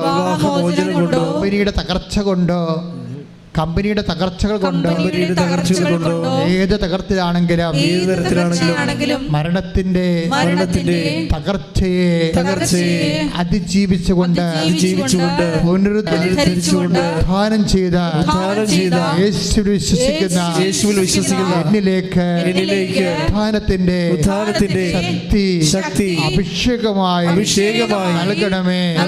എല്ലാ സാഹചര്യത്തിലും അനുകൂലമായാലും പ്രതികൂലമായാലും വിശ്വാസ പ്രകാശനമായി സുവിശേഷം പ്രഘോഷിക്കുവാൻ, സുവിശേഷം പ്രാവർത്തികമാക്കുവാൻ, സുവിശേഷം പ്രകാശിപ്പിക്കുവാൻ അഭിഷേകം ചെയ്യണമേ.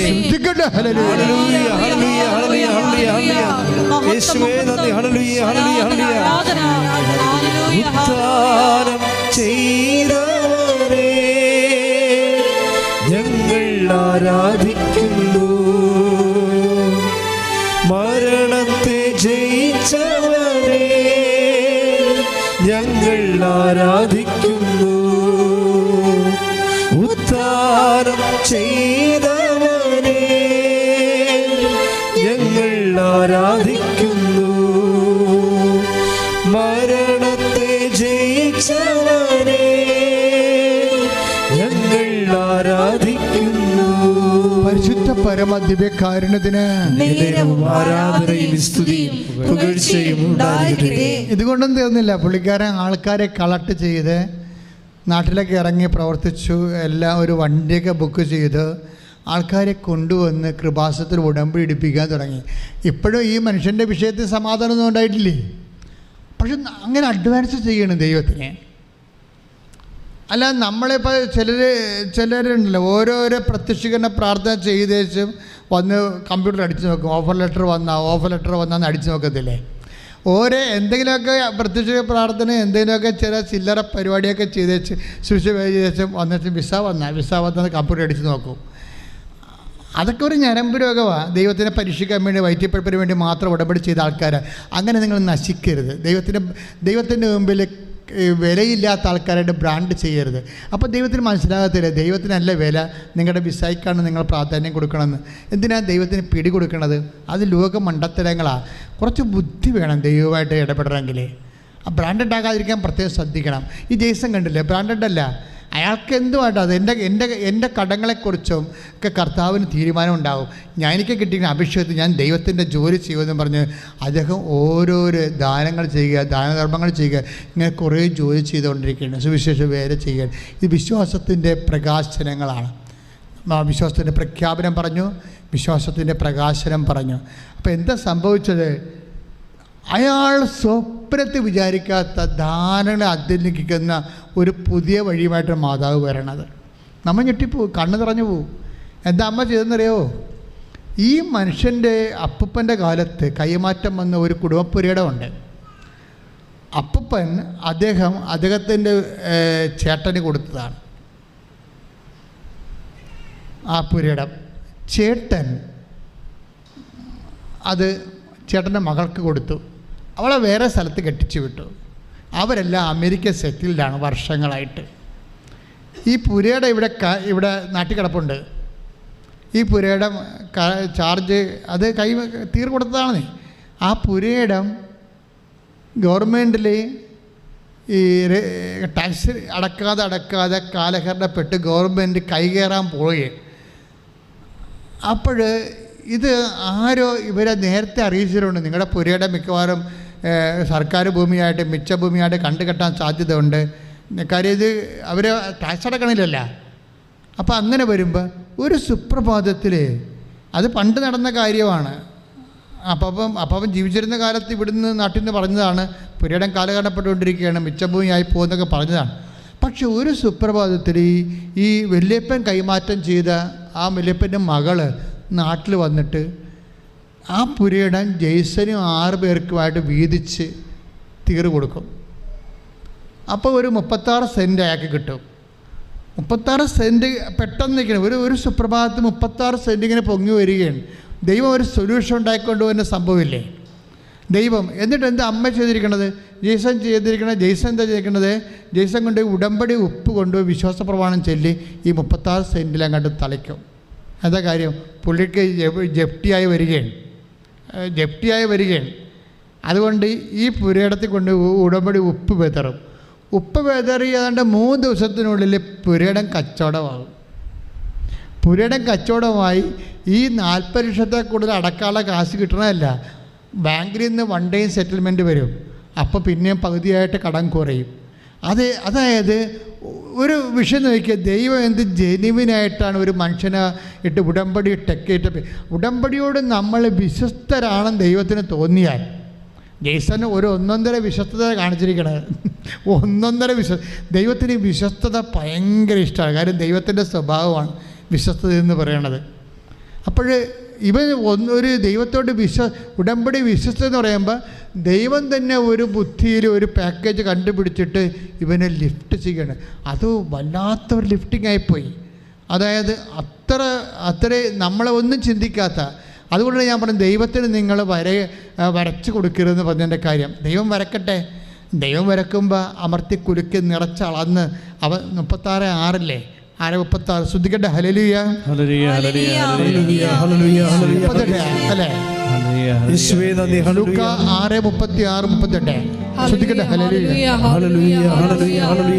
ലൂക്ക 6:38 കൊടുക്കുവിൻ നിങ്ങൾക്കും ലഭിക്കും. പറഞ്ഞ കൊടുക്കുവിൻ നിങ്ങൾക്കും ലഭിക്കാം. കൊടുക്കുവിൻ നിങ്ങൾക്കും ലഭിക്കും. അമർത്തിക്കുലുക്കി നിറച്ചളന്ന് അവർ നിങ്ങളുടെ മടിയിലിട്ട് തരും.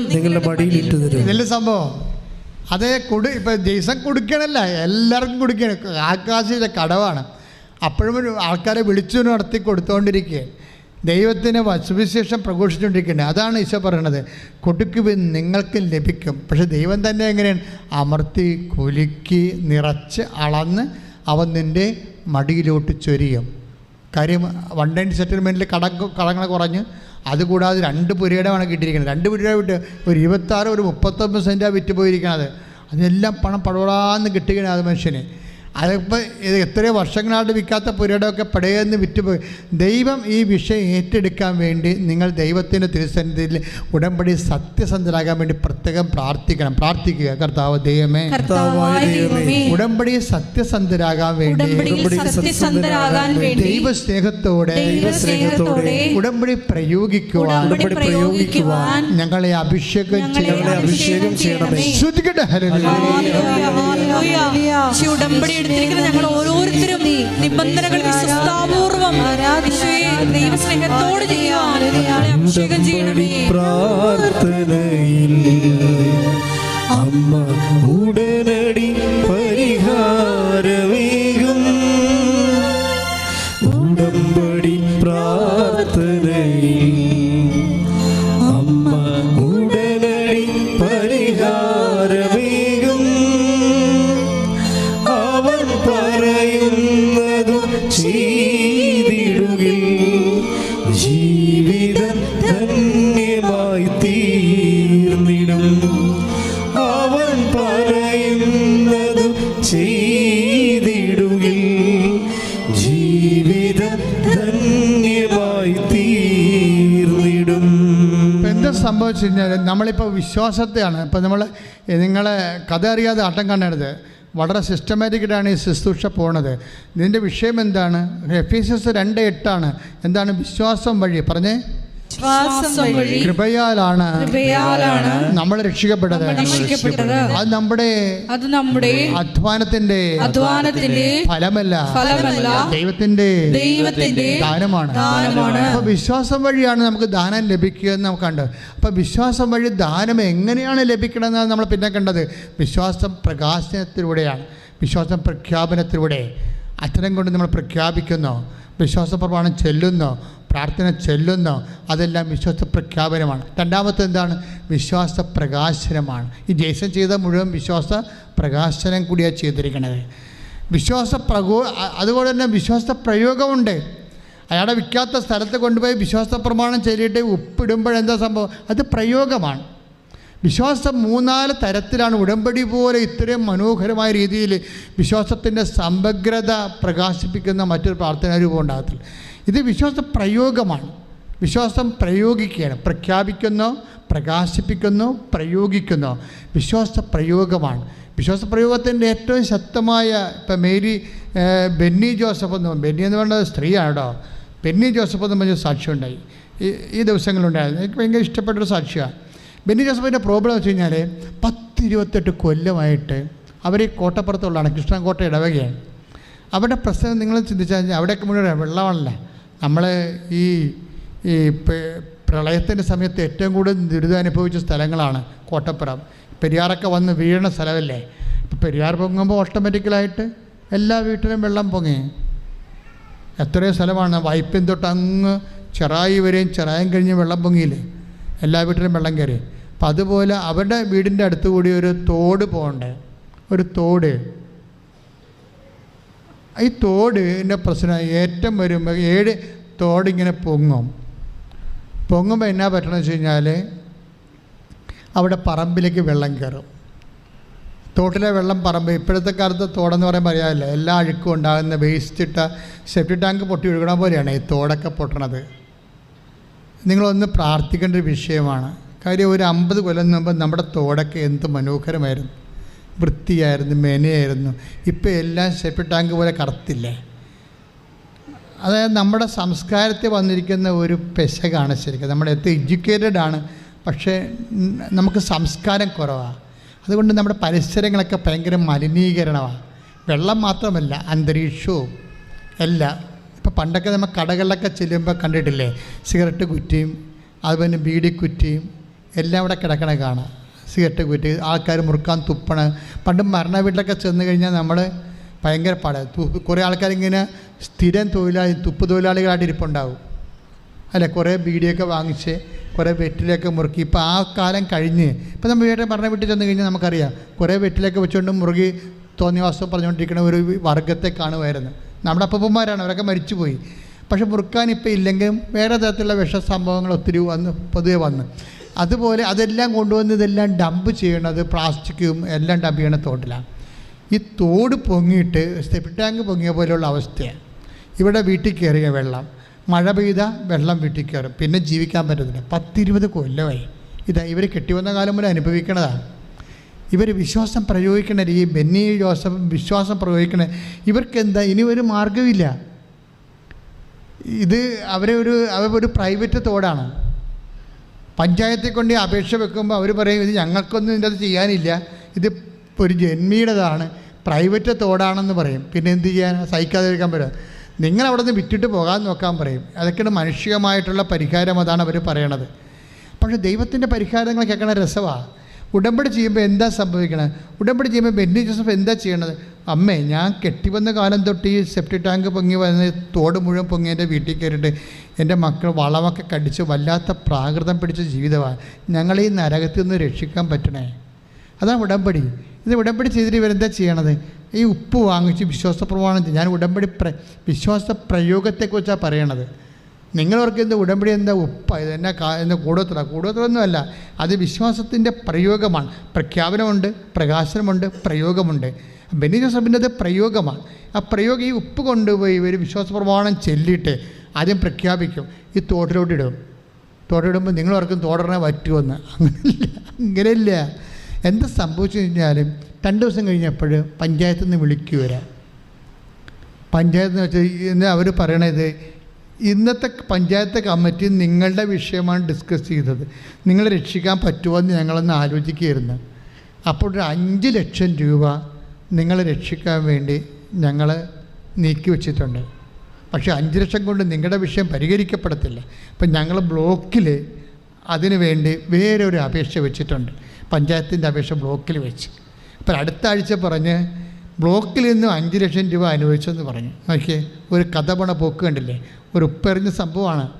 അതെങ്ങനെ വർക്കൗട്ട് ചെയ്യണം നിങ്ങൾ ചിന്തിക്കണം. വിശ്വാസത്തിൻ്റെ പ്രയോഗമാണ്. കർത്താവ് എല്ലാ അധികാര സ്ഥാനങ്ങളെയും ചലിപ്പിക്കും. വിശ്വാസത്തെ പ്രഖ്യാപിക്കുന്നതിന് മുമ്പിൽ അധികാര സ്ഥാനങ്ങൾ ഞെട്ടി പറക്കണ പോലെയുള്ള ഒരു വിറക്കലാണ്. പെട്ട ഇളകുകയല്ലേ. ഇവർക്ക് 10 ലക്ഷം രൂപ അനുവദിക്കും. എന്താണെന്നറിയാമോ? ഇവരുടെ ഈ ഒഴുക്ക് ഈ തോട്ടിൽ നിന്ന് വേറെ സ്ഥലത്തേക്കൊരു കാണ കിട്ടും 10 ലക്ഷം രൂപയ്ക്ക്. അതോടുകൂടി തോട് പറ്റിപ്പോവും. ക്ലിയർ, തീർന്ന്, പ്രശ്നം തീർന്നു. സിമ്പിൾ. 20 കൊല്ലമായിട്ടുള്ള പ്രശ്നമാണ്. വിശ്വാസം അതായത് എത്രയോ പേര് ഉടമ്പടി എടുക്കുന്നു. പക്ഷേ ഞങ്ങൾ എന്തുകൊണ്ടാണ് വളരെ ഉടമ്പടിയുടെ തനത് സാക്ഷ്യങ്ങളെ ഇവിടെ ഇടത്തുള്ളൂ? അതിൻ്റെ കാര്യം വെച്ച് കഴിഞ്ഞാൽ അത് പ്രയോഗിക്കുന്നതിന് അതിൻ്റെ മാസ്റ്റർ ബ്രെയിൻ, മാസ്റ്റർ ഫെയ്ത്ത് വേണം. കാര്യം നമുക്കറിയാമല്ലോ, വിശ്വാസം പോലെ തന്നെ അത് ഒറ്റക്കൈയാണ്, ഒറ്റക്കൈ പ്രയോഗമാണ്. കാര്യം വേറെ ഒരു മാർഗം അവരുടെ മനസ്സിലില്ല, ചിന്തയിലുമില്ല. 20 കൊല്ലം അനുഭവിക്കുന്നതാണ്. ദൈവം അവരെ വീണ്ടെടുക്കുന്ന രീതി. പ്രാർത്ഥിക്കുക, കർത്താവ് ദൈവമേ, ഇതുപോലുള്ള വിശ്വാസ പ്രയോഗങ്ങളാൽ ഞങ്ങളെ ഓരോരുത്തരെയും ഓൺലൈൻ ധ്യാനം കേൾക്കുന്നവരെയും നീ പ്രത്യേകമായി അഭിഷേകം ചെയ്യണമേ. എല്ലാവർക്കും ഉടമ്പടി അടയാളം നൽകണമേ. ശ്രദ്ധിക്കട്ടെ.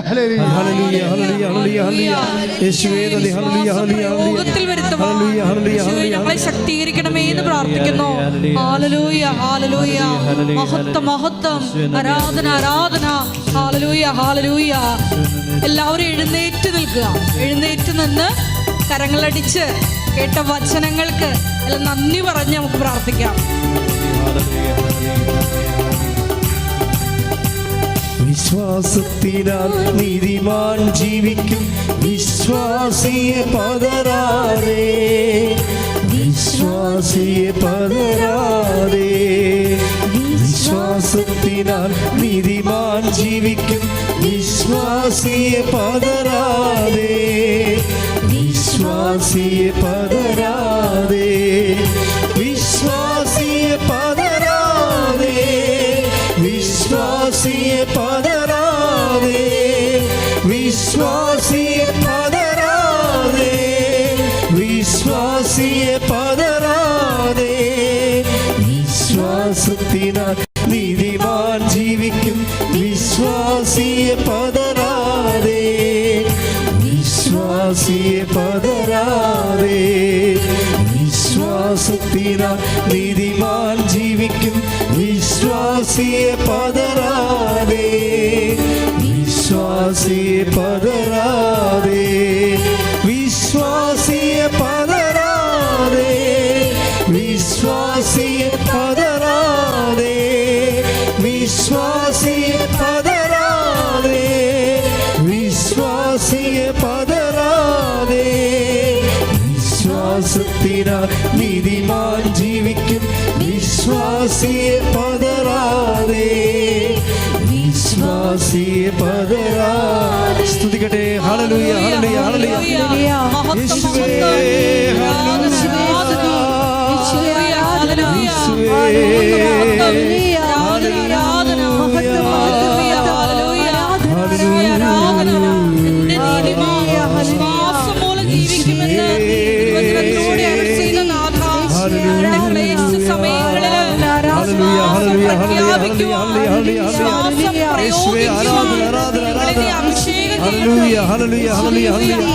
യേശുവേ,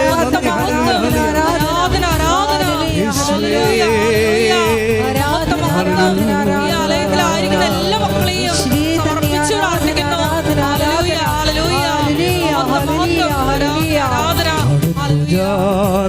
വിശ്വാസത്താൽ എൻ മുൻപിൽ ചെങ്കടൽ രണ്ടാകുന്നു കാണുന്നു ഞാൻ.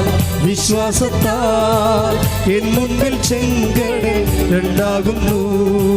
കാണാത്ത കാര്യങ്ങൾ കൺമുൻപിലെന്ന പോൽ, കാണാത്ത കാര്യങ്ങൾ കൺമുൻപിലെന്ന പോൽ വിശ്വസിച്ചിടുന്നു എൻ കർത്താവേ, വിശ്വസിച്ചിടുന്നു എൻ കർത്താവേ. കാണുന്നു ഞാൻ വിശ്വാസത്താൽ എൻ മുൻപിൽ ചെങ്കടൽ രണ്ടാകുന്നു. കാണുന്നു ഞാൻ വിശ്വാസത്താൽ എൻ മുൻപിൽ ചെങ്കടൽ രണ്ടാകുന്നു.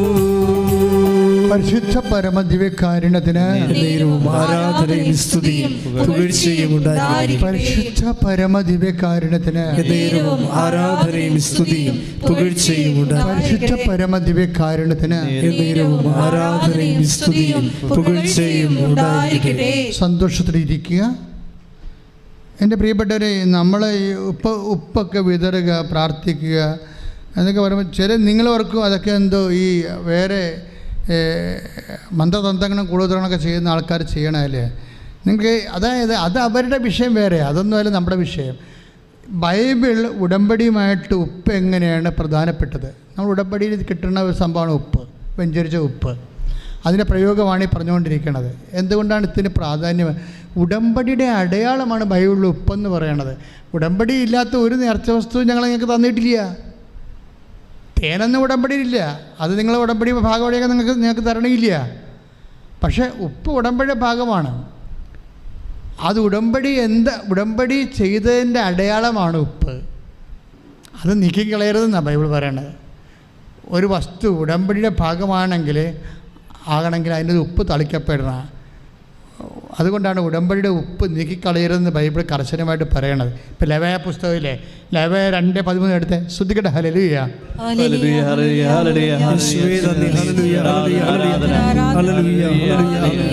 ലേവ്യർ 2:13. ലേവ്യർ 2:13 ധാന്യബലിയിൽ നിന്ന് നിന്റെ ദൈവത്തിന്റെ ഉടമ്പടിയുടെ ഉപ്പ് നീക്കിക്കളയരുത്. എല്ലാ ധാന്യബലിയോടും കൂടെ ഉപ്പ് സമർപ്പിക്കണം. Praise the Lord. അപ്പോൾ ദൈവത്തിന് അർപ്പിക്കുന്ന ആ ഉടമ്പടിയിൽ അത് ദൈവത്തിൻ്റെതാണെന്ന് മുദ്ര ചാർത്തുന്ന അടയാളപ്പെടുത്തുന്ന ഉപ്പാണ്. അപ്പം നമ്മൾ ആ ഉപ്പ് തന്നെയാണ് പ്രയോഗിക്കുന്നത്. അത് വിശ്വാസ പ്രമാണം ശരിയാണ് പ്രയോഗിക്കുന്നത്. കാര്യം എന്താണ്? എൻ്റെ ഉടമ്പടി പ്രകാരം എൻ്റെ മെരിട്ട് തീർന്നിരിക്കുകയാണ്. ഇനി നിൻ്റെ ഗ്രേസേ ഉള്ളൂ.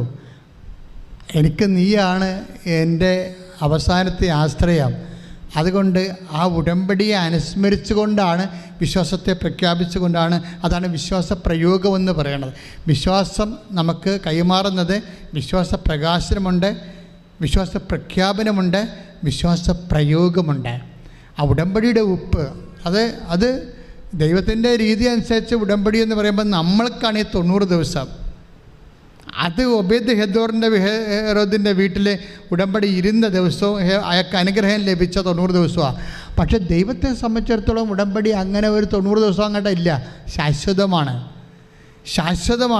നീ ഇപ്പോൾ ഉടമ്പടി ഉഴപ്പിയാലും ശരി, ഉടമ്പടി വീണ് പോയാലും ശരി, നിൻ്റെ ഉടമ്പടി ദൈവത്തിൻ്റെ കയ്യിലുണ്ടാകും. അത് കാര്യം ദൈവത്തിന് മരണമില്ലല്ലോ. ഒരു ഇൻറ്റേറിയം പീരീഡിലായിട്ടല്ല ദൈവം ഉടമ്പടി എടുക്കുന്നത്. ഉടമ്പടി നിത്യമാണ്. അതുകൊണ്ട് നീ വിശ്വസ്തത കുറവ് കാണിച്ചാലും ദൈവം വിശ്വസ്തനായിരിക്കും. എന്താ കാര്യം വെച്ച് കഴിഞ്ഞാൽ ഉടമ്പടി ഒരു ശാശ്വതമായ ബന്ധമാണ്. ശ്രദ്ധിക്കട്ടെ. ഹല്ലേലൂയ. 2 ദിനവൃത്താന്തം 13:15. 2 ദിനവൃത്താന്തം 13:5. ശ്രദ്ധിക്കട്ടെ.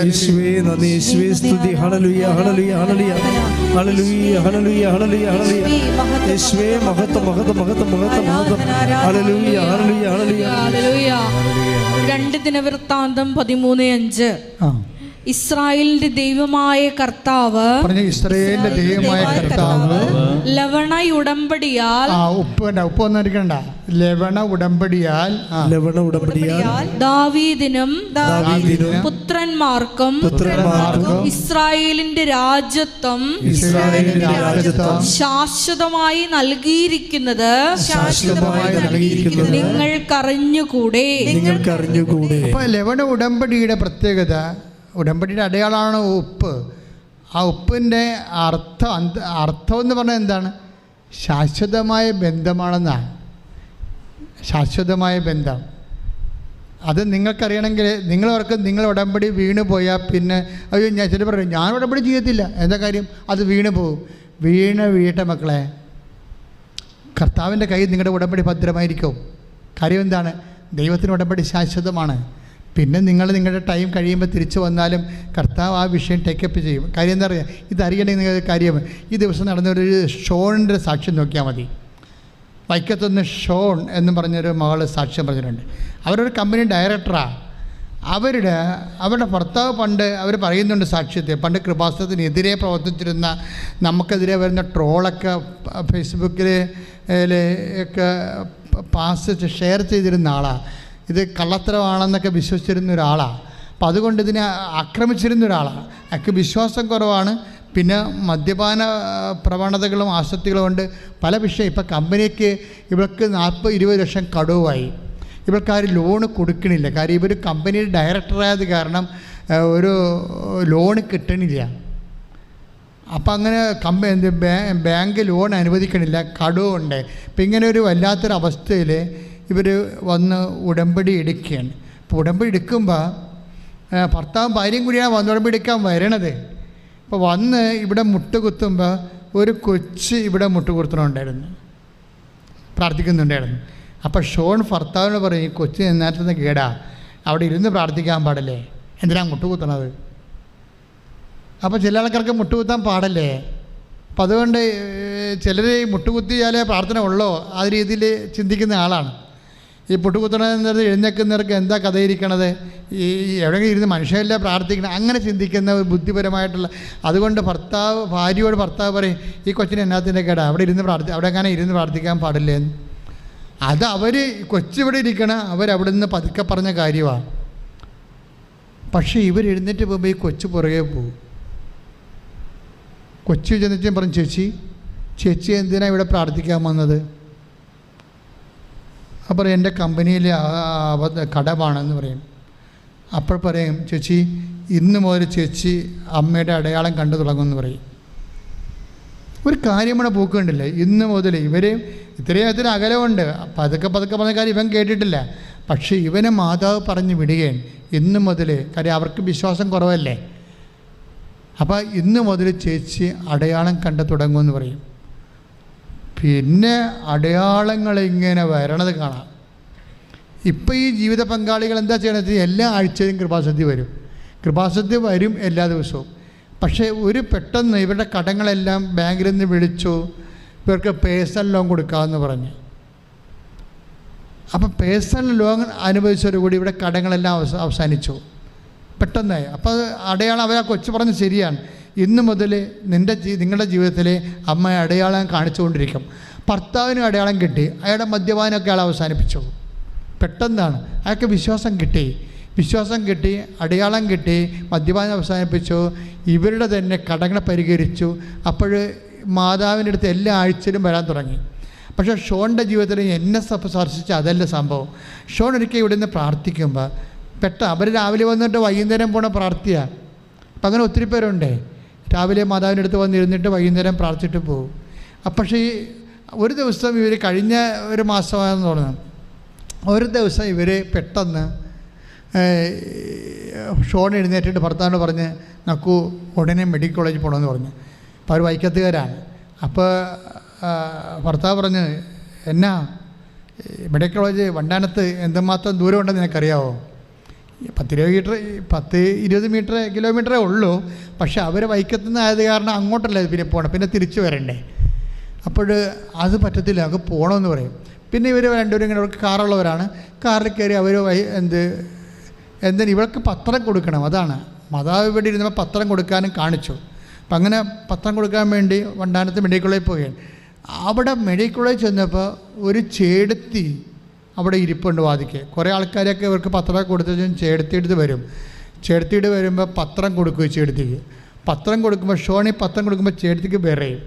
ചേടത്തി പറയും, ഈ പത്രം ഞാൻ കുറേ വായിച്ചതാണ്, ഇതാണ് ഇപ്പോൾ എല്ലാവരും കൊണ്ടും തന്നതെന്ന് പറയും. അപ്പോൾ ഷോൺ ഉടമ്പടിയെക്കുറിച്ച് പറയും. അപ്പോൾ ആ ചേടത്തി പറയും, ഞാൻ അവിടെ ഉടമ്പടി എടുത്തതാണ് 1 കൊല്ലത്ത് മുമ്പ്, എനിക്ക് പുതുക്കാനൊന്നും ഒത്തില്ല എന്ന് പറയും.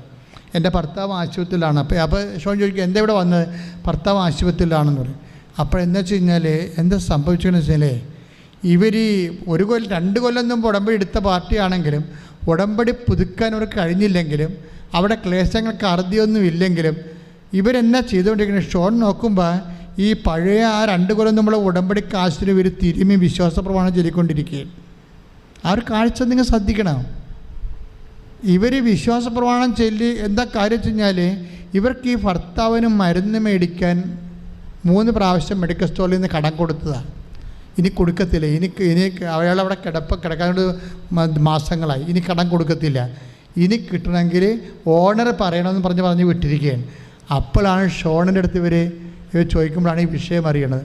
പിന്നെ ഷോൺ പോയി ഇവരെയും കൂട്ടിക്കൊണ്ട് മെഡിക്കൽ സ്റ്റോറിൽ നിന്ന് ആവശ്യമായ എല്ലാ മരുന്നും വാങ്ങിച്ചു കൊടുക്കും, സാമ്പത്തികമായിട്ട് സഹായിക്കുകയും ചെയ്യും. പക്ഷെ അതല്ല, 2 കൊല്ലത്തിന് മുമ്പ് മുടങ്ങിപ്പോയൊരു ഉടമ്പടിയാണ്. പക്ഷേ ദൈവം ഉടമ്പടി പിന്നെ പുതുക്കിയിട്ടില്ല. പക്ഷേ ആ ഉടമ്പടി കാശിലും വെച്ചുകൊണ്ട് അവർക്ക് അത്യാഹിതം വന്നപ്പോൾ അത് വിശ്വാസം പ്രഖ്യാപിച്ചുകൊണ്ട് അത് തിരുമ്മി അവർ വിശ്വാസ പ്രമാണം ചെയ്തുകൊണ്ടിരിക്കുകയാണ്. ഈ തിരുമലാണ് മാതാവ് ഇവരെ പൊക്കി വിടാൻ കാര്യം. ദാറ്റ് മീൻസ് ദൈവത്തിൻ്റെ തിരുസന്നിധിയിൽ നിനക്ക് ഉടമ്പടിയെക്കുറിച്ച് ഒരു ലെവലേശം ഓർമ്മയുണ്ടെങ്കിൽ ദൈവത്തിന് 100% നിൻ്റെ ഉടമ്പടിയെക്കുറിച്ച് ഓർമ്മയുണ്ട്. അതുകൊണ്ട് ഉടമ്പടി വീണ് പോയവർ ആരും പേടിക്കരുത്. നേരെ തിരിച്ചു വരിക, നിങ്ങൾക്ക് പറ്റണ പോലെ ഉടമ്പടി പാച്ചപ്പ് ചെയ്യുക. ദൈവം വിശ്വസ്തനാണ്. അതുകൊണ്ടാണ് ബൈബിൾ പറയുന്നത് 2 തിമോത്തി 2:13 വായിച്ചേ, ശ്രദ്ധിക്കട്ടെ. ഹല്ലേലൂയ ഹല്ലേലൂയ ഹല്ലേലൂയ ഹല്ലേലൂയ ഹല്ലേലൂയ യേശുവേ സ്തുതി. ഹല്ലേലൂയ ഹല്ലേലൂയ ഹല്ലേലൂയ ഹല്ലേലൂയ 2 തിമോത്തി 2:13 പറഞ്ഞേ. 2 തിമോത്തി 2:13 നാം അവിശ്വസ്തരായിരുന്നാലും കേൾക്കട്ടെ പറഞ്ഞേ. നാം അവിശ്വസ്തരായിരുന്നാലും അവൻ വിശ്വസ്തനായിരിക്കും. എന്തെന്നാൽ തന്നെ തന്നെ നിഷേധിക്കുക അവന് സാധ്യമല്ല. ഉടമ്പടി നിങ്ങൾക്കറിയാവോ? ഒന്നുകൂടെ പറഞ്ഞു, ആ വചനം ഒന്നുകൂടെ വായിച്ചേ. നാം അവിശ്വസ്തരായിരുന്നാലും അവൻ വിശ്വസ്തനായിരിക്കും. എന്തെന്നാൽ തന്നെ തന്നെ നിഷേധിക്കുക അവന് സാധ്യമല്ല. നമ്മൾ അവിശ്വസ്തരായിരുന്നു. 2 തിമോത്തി 2:13 എന്താ പറഞ്ഞത്? നമ്മൾ ഉടമ്പടിക്ക് അവിശ്വസ്തരായിരുന്നാലും ദൈവം വിശ്വസ്തനായിരിക്കും. കാരണം എന്താണ്? തന്നെ തന്നെ നിഷേധിക്കുക അവന് സാധ്യമല്ല. എന്നിട്ട് ഉടമ്പടിയെ നിഷേധിക്കുക അവന് സാധ്യമല്ല. അപ്പോൾ നിന്റെ ഉടമ്പടിയെ നിഷേധിക്കാനോ അത് പൂർത്തിയാക്കാനൊക്കെ പറ്റില്ലെങ്കിലും നിന്റെ ഉടമ്പടിയെ ദൈവം നിഷേധിച്ചിട്ടില്ല. ഇപ്പോഴും കൈയടിച്ച് കർത്താവിനെ ഉടമ്പടിയിലൂടെ നമ്മളോട് ശാശ്വതമായ സ്നേഹം കാട്ടുന്ന അവിടുത്തെ സ്നേഹത്തെ നന്ദി പറയുന്നു. ഉടമ്പടി നിബന്ധനകള് കൂടുതൽ വിശ്വസ്തയോടെ പാലിക്കുവാൻ ആരാധനയിലൂടെ അഭിഷേകം ചെയ്യണമേ.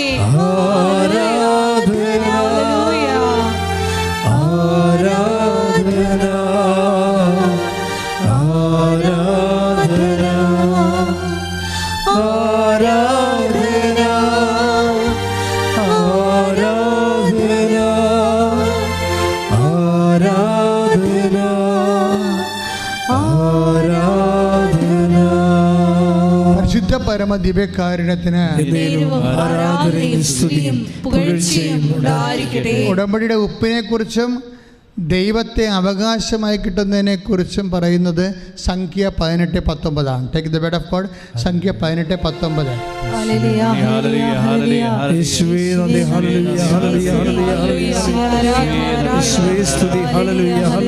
സംഖ്യ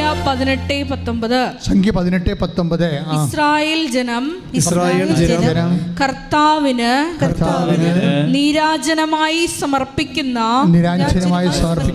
വിശുദ്ധ കാഴ്ചകളെല്ലാം നിനക്കും പുത്രന്മാർക്കും പുത്രിമാർക്കും ശാശ്വത അവകാശമായി ഞാൻ നൽകുന്നു. കർത്താവിന്റെ സന്നിധിയിൽ നിനക്കും സന്തതികൾക്കും ഇത് എന്നേക്കും നിലനിൽക്കുന്ന അലംഘനീയമായ ഉടമ്പടിയായിരിക്കും. അപ്പോൾ നിരാഞ്ജനമായി സമീപിക്കുക എന്ന് വെച്ചാൽ കവനൻ്റ് ഓഫ് സാൾട്ട് എന്ന ഇംഗ്ലീഷ് ബൈബിൾ എഴുതിയിരിക്കുന്നത്. ഉപ്പ് തളിച്ചത് ദൈവത്തിൻ്റെതാണ്. അതാണ് ഉടമ്പടി ഉപ്പിൻ്റെ പ്രത്യേകത. ഉപ്പ് തളിച്ചത് ദൈവത്തിൻ്റെതാണ്, ദൈവത്തിന് അവകാശപ്പെട്ടതാണ്. ദൈവത്തിന് അവകാശപ്പെട്ടത് അഹറോന് അവകാശപ്പെട്ടതാണ്. അതാണ് 18:20 പറയുന്നത്. സംഖ്യ 18:20. ശ്രദ്ധിക്കട്ടെ. 18:20 കർത്താവ് അഹറോനോട് അരുളി ചെയ്തു.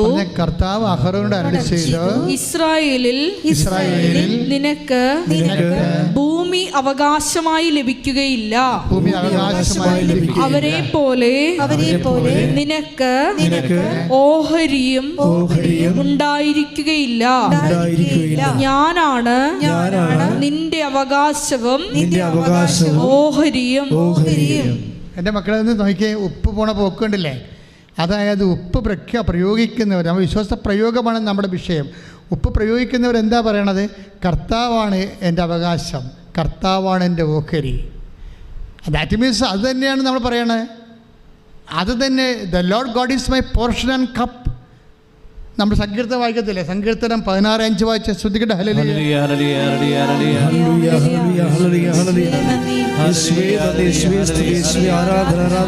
സങ്കീർത്തനം 16:5 കർത്താവാണ് എൻ്റെ ഓഹരിയും പാനപാത്രവും. പറഞ്ഞേ, കർത്താവാണ് എൻ്റെ ഓഹരിയും പാനപാത്രവും. എൻ്റെ ഭാഗധേയം അവിടുത്തെ കരങ്ങളിലാണ്. അപ്പോൾ എൻ്റെ ഓഹരി കർത്താവാണ്. എനിക്ക് വേറെ ഓഹരിയൊന്നുമില്ല, എനിക്ക് വേറെ മെരിട്ടൊന്നുമില്ലെന്നാണ് പറയണത്. എനിക്ക് വേറെ മെരിട്ടൊന്നുമില്ല. ആ ബെന്നി ജോസഫ് ഉപ്പ് വിതർമ്മ പറയണതാണ്, എൻ്റെ ഓഹരി കർത്താവാണ്. കർത്താവിന് ഇടപെട്ടാൽ മാത്രമേ ഇതിനൊരു സമാധാനം ഉണ്ടാകത്തുള്ളൂ. ജെയ്സൺ വർക്ക് ചെയ്യുമ്പോഴും ജെയ്സനും പറഞ്ഞത് എന്താണ്? ജെയ്സൺ തോമസും പറയുന്നതിൻ്റെ എന്താ പറയണത്, എനിക്ക് ഈ കമ്പനിയിൽ 1 കോടി രൂപ ശമ്പളമുള്ള ആൾക്കാർ നിൽക്കുന്നുള്ള കാലം കമ്പനി രക്ഷപ്പെടത്തില്ല. എനിക്കാണെങ്കിൽ ശമ്പളം കിട്ടിയിട്ടുമില്ല. എനിക്ക് നീ മാത്രമേ ഉള്ളൂ. Not by merit but by grace. അതിലാണ് ഈ സംഭവം. ഉപ്പ് പറയണ ഉപ്പൊരു പ്രതീകമാണ്. എഫെസ്യസ് 2:8 പ്രതീകമാണ്. എന്താണ്? എൻ്റെ ഓഹരി കർത്താവാണ്. അതാണ് സംഖ്യ 18:20 പറയണത്. ഇസ്രയേലിൽ നിനക്ക് വേറെ ഓഹരിയില്ല. മാനുഷികമായിട്ടോ ബുദ്ധിയോ ശക്തിയോ മറ്റു മാർഗങ്ങളോ ഒന്നുമില്ല. പിന്നെ ഞാനാണ് നിൻ്റെ ഓഹരി. Not by merit but by grace തമ്മിൽ ലിങ്ക്ഡാണ്. സംഖ്യ 18:20 എഫെസ്യസ് 2:8 തമ്മിൽ വിശ്വാസ പ്രയോഗത്തിൽ ഒരേ അനുഭവമാണ്. One and same experience of God through the medium of the salting. Salting എന്ന് പറയുന്നത് ഒരു വിശ്വാസ പ്രയോഗമാണ്. പക്ഷെ പ്രയോഗിക്കുന്നവരെ സത്യസന്ധമായിട്ട് പ്രയോഗിക്കണം. കഴിഞ്ഞ ദിവസങ്ങളിലൊരു സാക്ഷ്യം ഉണ്ടായത് അധീന സെലിൻ, USA ഡോക്ടറാണ്. അധീന സെലിൻ USA ഡോക്ടറാണ്. അപ്പോൾ സെലിൻ്റെ ഒരു പ്രോബ്ലം എന്താണെന്ന് വെച്ച് കഴിഞ്ഞാൽ, നിങ്ങൾ ഈ സാക്ഷ്യത്തിൻ്റെ റാങ്കിങ് കണ്ടില്ലേ? സെലിനെ സംബന്ധിച്ചിടത്തോളം നല്ല ട്രബിളിനാണ്. കാര്യം ഇവൾ ദന്തിസ്റ്റാണ്. അപ്പോൾ ഈ ദന്തിസ്റ്റ് ആകുമ്പോൾ ഇവർ ദന്തിസ്റ്റായിട്ട് ഇവിടുത്തെ പഠനങ്ങളെല്ലാം പൂർത്തിയായിട്ട് അമേരിക്കയിൽ ദന്തിസ്റ്റ് ജോലിക്ക് വേണ്ടി ഇവർ ഭർത്താവിൻ്റെ കൂടെ അമേരിക്കയിൽ പോയി. പക്ഷേ ആൾക്കാർ പറഞ്ഞത് മണ്ടത്തരമാണ്. ദന്തിസ്ട്രി ആരും എടുക്കാത്ത ഒരു സിലബസാണ്. വല്ല നേഴ്സാ വല്ലതൊക്കെ ഉണ്ടെങ്കിൽ പെട്ടെന്ന് ജോലി കിട്ടും, കഞ്ഞി വെച്ച് പോകാം. ദന്തിസ്ട്രിയും കൊണ്ടിരുന്നത് എന്ത് കാണിക്കാനാണ്? അമേരിക്ക ഒത്തിരി ഡെവലപ്ഡ് കൺട്രിയാണ്, അവിടെ പറ്റത്തില്ലെന്ന് പറയും. അത് സെലിൻ അധീന നോക്കുമ്പോൾ ശരിയാണ്. അമേരിക്ക കൊണ്ടുപോയി ആപ്ലിക്കേഷൻ കൊടുത്തിട്ട് അവർ സൈറ്റിൽ നോക്കിയപ്പോൾ എന്താ പറയണത്, ഇൻ്റർനാഷണൽ സ്റ്റുഡൻസ് എന്ന് പറയുന്ന അവർ വളരെ ആഘോഷമായിട്ട് വിളിക്കുന്നതാണ്. എന്ന് വെച്ചാൽ വരത്തന്മാരെന്ന് അവർ ഉദ്ദേശിക്കുന്നത്. ഇൻ്റർനാഷണൽ സ്റ്റുഡൻസ് അവർ അമേരിക്കൻസിൻ്റെ ഒക്കെ രീതി അതാണ്. നമ്മളെ വരത്തതെന്ന് അവർ നേരിട്ട് വിളിക്കത്തില്ല. ഇൻ്റർനാഷണൽ സ്റ്റുഡൻസ് പിന്നെ 250 സീറ്റേ ഉള്ളൂ, ബാക്കി എല്ലാ സീറ്റും അവർക്കാണ്. 250 സീറ്റാണ് ഉള്ളത്. അതിൽ നിന്ന് ഇവൾക്ക് ദന്തിസ്ട്രിയിൽ സീറ്റ് വേണം. പക്ഷേ ഇവർക്ക് ബേസിക്സാണ് ഉള്ളത്. അതിനൊക്കെ ബേസിക്സേ ഉള്ളൂ ദന്തിസ്ട്രിയുടെ. നമ്മുടെ പഠനങ്ങളാണ് ഉള്ളത്. അവിടെ ഇതിന് 250 സീറ്റിന് ജർമ്മനിയിൽ നിന്നും ഫ്രാൻസിൽ നിന്നുമുള്ള, അതുപോലെ തന്നെ മറ്റ് ഫിലിപ്പൈൻസ് എല്ലാ രാജ്യങ്ങളിൽ നിന്നുള്ള 130 പേര് വരെ ആപ്ലിക്കേഷൻ കൊടുത്തിട്ടുണ്ട്. അപ്പോൾ എന്തുമാത്രം ആപ്ലിക്കേഷൻ ഒന്നും അവിടെ പറഞ്ഞിട്ടില്ല. അപ്പോൾ എന്ത് സംഭവിച്ചു കഴിഞ്ഞാൽ ഇതിന് വന്നിരിക്കുന്ന ആൾക്കാരെല്ലാം സ്പെഷ്യലിസ്റ്റുകളാണ്. അതാത് രാജ്യങ്ങളിൽ സ്പെഷ്യലിസ്റ്റ് ഡിഗ്രി MD ഡിഗ്രി ഉള്ളവരാണ് ഇവർ ബേസിക്സാണ്. അവർ ഇൻ്റർവ്യൂവിന് പങ്കെടുക്കുമ്പോൾ ഒരു പ്രത്യേക പരീക്ഷ ഉണ്ട്. ഇത് എൻട്രൻസ് കിട്ടാണ്. ആ പരീക്ഷയ്ക്ക് പങ്കെടുക്കുമ്പോൾ അവർ കൺഫ്രണ്ട് ചെയ്യുന്ന ആൾക്കാരെല്ലാം MD ആൻഡ് മാസ്റ്റർ ഡിഗ്രി ഉള്ളവർ സ്പെഷ്യലിസ്റ്റും ഗ്രാജുവേറ്റ്സുകളൊക്കെയാണ്. ഇവർക്ക് ബേസിക്സേ ഉള്ളൂ. പക്ഷേ ഇവരുടെ ബേസിക്സ് എന്താ? ഇവരെന്താ ചെയ്യണത്? ഇവർ പറയണത് എനിക്ക് ആപ്പടെ ആസ്തി ഉടമ്പടിയാണ്. അതാണ് ഞാൻ പറഞ്ഞത്. സംഖ്യ 18:20 ഇസ്രയേലിൽ നിനക്ക് വേറെ അവകാശമില്ല, ലോകത്തിൻ്റെ ഡിഗ്രി ഒന്നുമില്ല നിനക്ക്. അതിന് ഇവർക്ക് കയറി പറ്റാനുള്ള സ്വാഭാവികമായിട്ടുള്ള ഒരു മെറിറ്റ് ഇവർക്കില്ല. അതാണ് ഈ മെറിറ്റെന്ന് പറയണത്. മെറിറ്റില്ല ഇവർക്ക്. ഇവരെന്ത് ചെയ്യും? ഇവർ ഇൻ്റർവ്യൂ ബോർഡിൻ്റെ വാക്കി കൊണ്ട് ഉപ്പ് വിതറും. ആ സാക്ഷി നിങ്ങൾ കേൾക്കാം. ഓരോരുത്തർ ഈ കാലത്ത് ഡോക്ടർമാരായാലും ആരായാലും അവർക്ക് സത്യം അറിയുന്നവർ എങ്ങനത്തെ പ്രയോഗിക്കണം എന്നറിയാം. അവർ പറയുന്നത് എന്താണ്? കർത്താവേ, എനിക്ക് എൻ്റെ മുമ്പിലുള്ള ഞാൻ കൺഫ്രണ്ട് ചെയ്യണത് ആരോടാണ് ഞാൻ ചെയ്യേണ്ടത്? ഇവിടെ മാസ്റ്റർ ഡിഗ്രി ഉള്ളവർ സ്പെഷ്യലിസ്റ്റുകളാണ് വന്നിരിക്കുന്നത്. അവിടെ മുമ്പിൽ ഞാൻ ബേസിക്സ് ഉള്ള ഞാൻ എന്ത് ചെയ്യാനാണ്? അതുകൊണ്ട് എൻ്റെ അവകാശം നീയാണ്, എൻ്റെ ഡിഗ്രി അല്ല എൻ്റെ അവകാശം. The Lord God is my portion and cup എന്ന് പറയണത് എന്താണ്? അത് ചങ്കി പറയണതാണ്. എൻ്റെ കർത്താവാണ് എൻ്റെ അവകാശം, എനിക്ക് വേറെ അവകാശമില്ല. ഇസ്രയേലിൽ നിനക്ക് വേറെ അവകാശമില്ല, ഞാനാണ് നിൻ്റെ അവകാശം എന്ന് പറയത്തില്ലേ? ദൈവമാണ് എൻ്റെ അവകാശമെന്ന് പറഞ്ഞുകൊണ്ടാണ് ഉപ്പുകൊണ്ട് ഈ വിഷയം. അത് വിശ്വാസ പ്രയോഗമാണ്. വിശ്വാസം പ്രയോഗിക്കുകയാണ്. എന്താ സംഭവിച്ചാൽ മാതാവ് ഒരു കളി ഇതിനകത്ത് കളിക്കും. അമ്മ ഭയങ്കര സംഭവമാണ്. അമ്മ എന്നാ ചോദിച്ചത്? ഇവളെ മാത്രം ഇൻ്റർവ്യൂ ചെയ്യാൻ ഒരു ഇന്ത്യൻ ഡോക്ടറിനെ വെക്കും. അതാണ് രസം. ഇവളെ മാത്രം ഇൻ്റർവ്യൂ ചെയ്യാൻ ഒരു ഇന്ത്യൻ ഡോക്ടറിനെ വെക്കും. ഇവളുടെ പാനലിൽ നമ്മൾ റിസൾട്ട് വരുമ്പോഴുണ്ട് ഇവൾക്ക് അതിൻ്റെ അഡ്മിഷൻ കിട്ടും. അതായത് അമ്മയ്ക്കറിയാം. അതായത് ദൈവത്തിൻ്റെ ധാരണയെന്ന് പറഞ്ഞത് നമ്മളുടെ ധാരണയല്ല. ഒരു കാര്യം എങ്ങനെയാണ് മൊബിലൈസ് ചെയ്യണമെന്ന് ദൈവത്തിന് നല്ല നിശ്ചയമുണ്ട്. നിനക്ക് വേണ്ടി നിൻ്റെ കപ്പാസിറ്റി അനുസരിച്ച് എന്ത് ചെയ്യാൻ പറ്റുമെന്ന് നമ്മൾ ചിന്തിക്കാത്ത സംഭവങ്ങൾ ദൈവം, അതാണ് നിങ്ങളുടെ ധാരണകളെ അതിലംഘിക്കുന്ന ദൈവത്തിൻ്റെ ഉത്തരം, സമാധാനം നിങ്ങളുടെ ചിന്തകളെ അതിലംഘിക്കുന്ന പറഞ്ഞതിൻ്റെ കാരണം അതാണ്. അതായത് ദൈവം ഒരു ഇന്ത്യൻ ഡോക്ടറിനെ വെച്ച് കൊടുക്കും, അതോടുകൂടി എല്ലാം സെറ്റാവും, ഇവിടെ ഓക്കെ ആവും, ഇവിടെ കൺമിഷൻ കിട്ടും.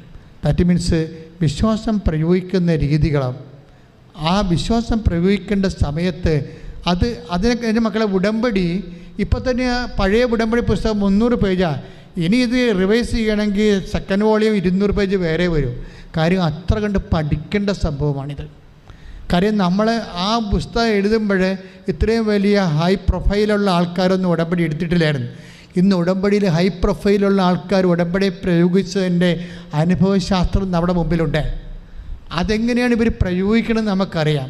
അതുകൊണ്ട് എപ്പോഴും ഓർക്കണത്, ഉപ്പ് എറിയുമ്പോൾ ഓർക്കണം, എൻ്റെ കർത്താവാണ് എൻ്റെ അവകാശം, എനിക്ക് ഭൂമിയെ കർത്താവല്ലാതെ വേറെ അവകാശമില്ല. അതാണ് ഉപ്പിൻ്റെ പ്രയോഗം, അതാണ് വിശ്വാസ പ്രയോഗം. കൈയിടിച്ച് കർത്താവിനെ ചൊല്ലി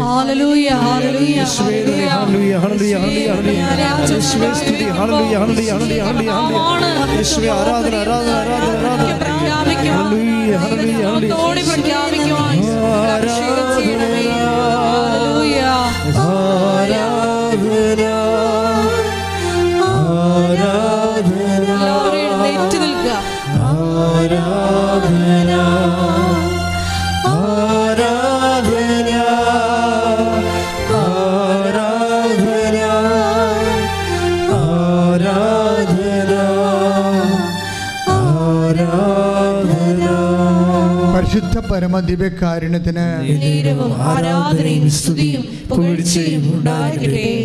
മക്കളെ, ഓൺലൈനിലുള്ളവർ പ്രത്യേകം ശ്രദ്ധിക്കുക. രോഗസൗഖ്യ പ്രാർത്ഥനയുടെ സമയമാണ്.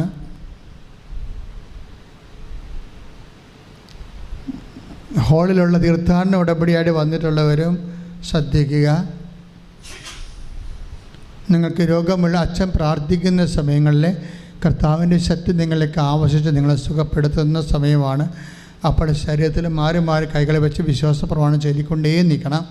നിങ്ങൾക്ക് രോഗങ്ങളില്ലെങ്കിൽ രോഗമുള്ള നിങ്ങളുടെ ബന്ധുക്കളും നിങ്ങളുടെ അടുപ്പക്കാരും അവരെ ഓർത്തിട്ട് അവരുടെ രോഗാതീതമായ സ്ഥലങ്ങളിൽ നിങ്ങൾക്ക് അവിടെ ശരീരത്തിൻ്റെ അവസ്ഥകളെ കണ്ടിട്ട് നിങ്ങൾക്ക് അവിടെ ഉദരത്തിലാണെങ്കിൽ ഉദരത്തിൽ, നെഞ്ചിലോ കഴുത്തിലോ എവിടെയാണ് അവരുടെ രോഗം അവിടെ കൈവച്ചുകൊണ്ട് നിങ്ങൾക്ക് പ്രാർത്ഥിച്ച് അവർക്ക് വേണ്ടി പ്രാർത്ഥിച്ച് സഹായിക്കാവുന്നതാണ്. അച്ഛൻ പ്രാർത്ഥിച്ച് തീരുന്നവരെ നിങ്ങളെ സ്തുതിച്ചുകൊണ്ട് നിൽക്കട്ടെ. സ്തുതിക്കട്ടെ. ഹല്ലേലൂയ. നല്ലവനായ ദൈവം നിൻ്റെ ഉന്നതമായ നാമത്തിന് സ്തോത്രം ചെയ്യുന്നു. കർത്താവേ, നിൻ്റെ വിശുദ്ധ പൗരോഹിത്യത്തെ മഹത്വപ്പെടുത്തണമേ. കർത്താവേ, സഭയിലുള്ള സാന്നിധ്യം പ്രകടമാക്കണമേ. ഈശോ, നിൻ്റെ വിശുദ്ധമായ തിരുമുറുപാർന്ന വലതുകരം മക്കളുടെ ശിരസ്സിൽ വെക്കണമെന്ന് പ്രാർത്ഥിക്കുന്നു. നിങ്ങളുടെ സന്ധ്യബന്ധങ്ങൾ കർത്താവിൻ്റെ രക്തം നിറയട്ടെ. നിങ്ങളുടെ മാംസപേശികളിൽ കർത്താവിൻ്റെ രക്തം നിറയട്ടെ. നിങ്ങളുടെ രക്തഞരമ്പുകളിൽ കർത്താവിൻ്റെ രക്തം നിറയട്ടെ. നിങ്ങളുടെ രക്തഞരമ്പുകളിലും ശരീരകോശങ്ങളിലും ആമാശയത്തിലും അണ്ടാശയങ്ങളിലും കർത്താവിൻ്റെ രക്തം നിറയട്ടെ. ദൈവത്തിൻ്റെ കരുണ ചൊരിയട്ടെ. ഈശോ, ഉള്ളംകാലം മുതൽ ഉച്ചവരെ രക്തധമനികളിലെ ക്യാൻസർ കോശങ്ങൾ, സിസ്റ്റുള്ളവരെല്ലാം കർത്താവിൻ്റെ രക്തം, കരളിൽ വേദനയുള്ളവരെ, കരൾ രോഗമുള്ളവരെ, കിഡ്നി രോഗികൾ, കിഡ്നി ചുരുങ്ങുന്നവരെ കർത്താവിൻ്റെ രക്തം നിറയട്ടെ. കർത്താവ് സ്പോണ്ടിലോസിസ് അസുഖമുള്ളവരെ, പിൻകഴുത്തിന് വേദനയുള്ള, കണ്ണിന് കാഴ്ചക്കുറവുള്ള, അഡിനോയിഡിൻ്റെ രോഗമുള്ളവരെല്ലാം കർത്താവിൻ്റെ രക്തം നിറയട്ടെ. കൈ സ്വാധീനമില്ലാതെ നടക്കാൻ പറ്റാതെ പ്രഷർ രോഗികൾ, ഷുഗർ രോഗികൾ, മക്കളില്ലാത്തവർ, ഗർഭാശയത്തിൽ സിസ്റ്റുള്ളവരെ എല്ലാം കർത്താവിൻ്റെ രക്തം നിറയട്ടെ എന്ന് പ്രാർത്ഥിക്കുന്നു. ശ്വാസകോശ രോഗികളെ, ഹൃദയത്തിൽ ബ്ലോക്കുള്ളവർ കർത്താവിൻ്റെ രക്തം നിറയട്ടെ. അസ്ഥി വേദനയുള്ള, അസ്ഥിക്ക് മുഴയുള്ളവരെ എല്ലാം കർത്താവിൻ്റെ രക്തം നിറയട്ടെ. 36 വർഷം അർപ്പിച്ച കുർബാനയുടെ യോഗ്യതയാണ്. മാരക രോഗങ്ങൾ, തീരാവ്യാധികൾ, സകല വ്യാധികളും യേശു ക്രിസ്തുവിന്റെ നാമത്തിൽ മാറിപ്പോകട്ടെ. ശ്രുതിക്കട്ടെ.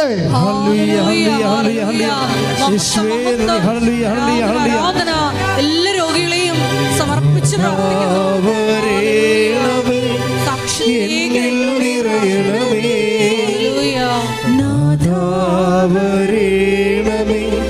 സൗഖ്യം നൽകണമേ.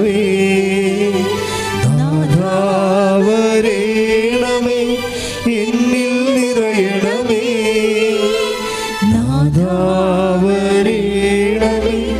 സൗഖ്യം നൽകണമേ. സുഹൃത്തുക്കളെ, ജോലിയില്ലാത്തവരെ, വീണ്ടും പ്രാർത്ഥിക്കാൻ തുടങ്ങുന്നത് ജോലിയില്ലാത്തവരെ, വീടില്ലാത്തവരെ, വീട്ടിലേക്ക് വഴിയില്ലാത്തവരെ, വീട് ഉറഞ്ഞു വീണിട്ട് റിപ്പയർ ചെയ്യാൻ പറ്റാതിരിക്കുന്നവരെ, വീട് പൊളിച്ചു പണിയേണ്ട അംഗങ്ങളുടെ എണ്ണവും കുഞ്ഞുങ്ങളുടെ പ്രായവും കഴിഞ്ഞപ്പോൾ വീട് പൊളിച്ചു പണിയാതെ നിവൃത്തിയില്ലാത്തവരെ,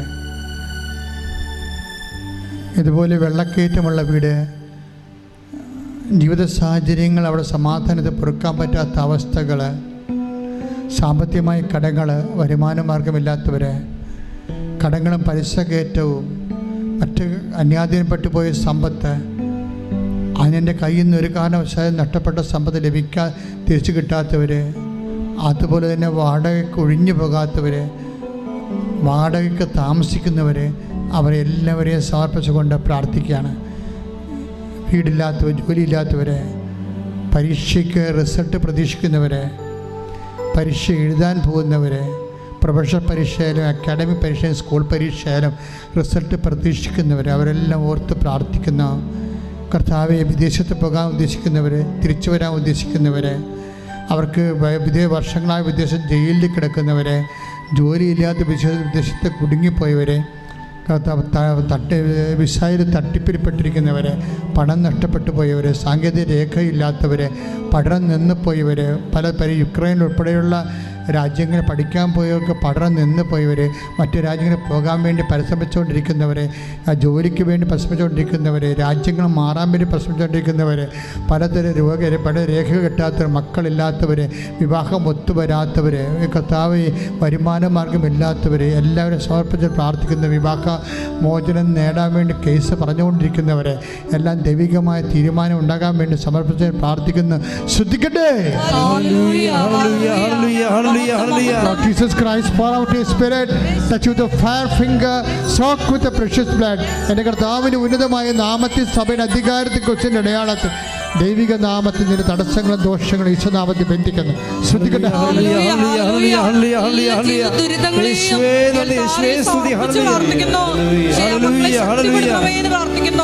സാക്ഷികളായി പ്രാർത്ഥിക്കുന്നു.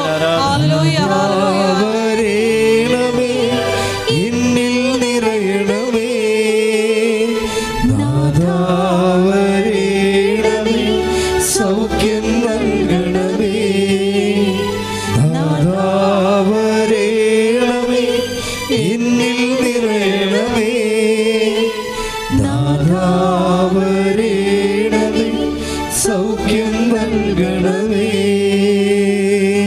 മുട്ട നീക്കുക. മൗനമായി പ്രാർത്ഥിക്കേണ്ട സമയമാണിത്. അച്ഛൻ എന്തെങ്കിലും പ്രാർത്ഥന വിട്ടുപോയിട്ടുണ്ട് നിങ്ങളുടെ വിഷയങ്ങളെ, ഇപ്പോൾ നിങ്ങൾ മൗനമായി മാതാവിൻ്റെ മധ്യസ്ഥതയിൽ ഈശോയുടെ കണ്ണീരോടെ തീർത്ഥാടന ഉടമ്പടിയായിട്ട് ഇവിടെ അച്ഛൻ്റെ മുമ്പിൽ നിൽക്കുന്നവരും ഓൺലൈനിൽ പ്രാർത്ഥിക്കുന്നവരും മുട്ടയിൽ നിന്ന് മൗനമായി നിങ്ങളുടെ ജീവിതാവസ്ഥകൾക്കും ഉടമ്പടി ചെയ്ത വിഷയങ്ങൾ നിവൃത്തിയാകാൻ വേണ്ടി പ്രാർത്ഥിക്കുക.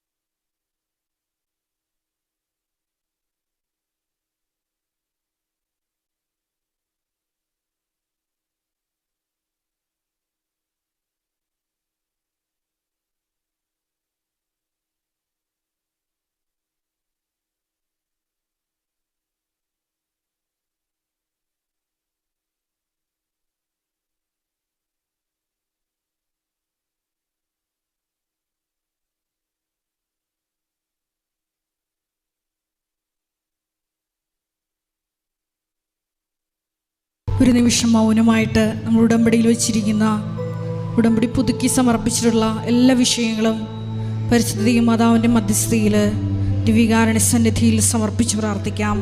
ഒപ്പം തന്നെ നമ്മളിപ്പോൾ നൊമ്പരപ്പെടുത്തുന്ന എല്ലാ വിഷയങ്ങളും ദിവ്യകാരുണ്യ അൾത്താരയിൽ ഇറക്കി വയ്ക്കാം. പരിശുദ്ധ അമ്മയുടെ പ്രത്യക്ഷീകരണത്തിൻ്റെ സാക്ഷികളായി ഞങ്ങളെയും ഞങ്ങളുടെ കുടുംബത്തെയും ഉയർത്തണമേ എന്ന് പ്രാർത്ഥിച്ചുകൊണ്ട് ശിരസ്സ് നമിച്ച് നമുക്ക് ആശീർവാദം സ്വീകരിക്കാം.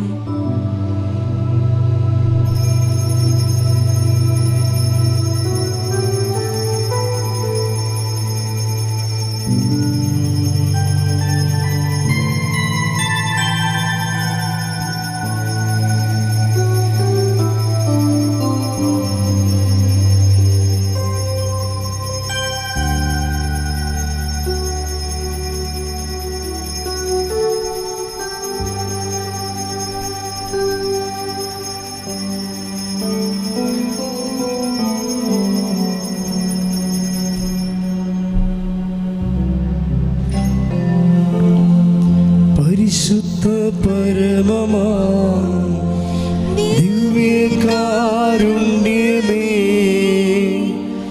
എന്നുമെന്നും അങ്ങേയ്ക്കാരാധന. പരിശുദ്ധ പരമമാ ദിവ്യകാരുണ്യമേ, എന്നുമെന്നും അങ്ങേയ്ക്കാരാധന. പരിശുദ്ധ പരമമാ ദിവ്യകാരുണ്യമേ, എന്നുമെന്നും അങ്ങേയ്ക്കാരാധന.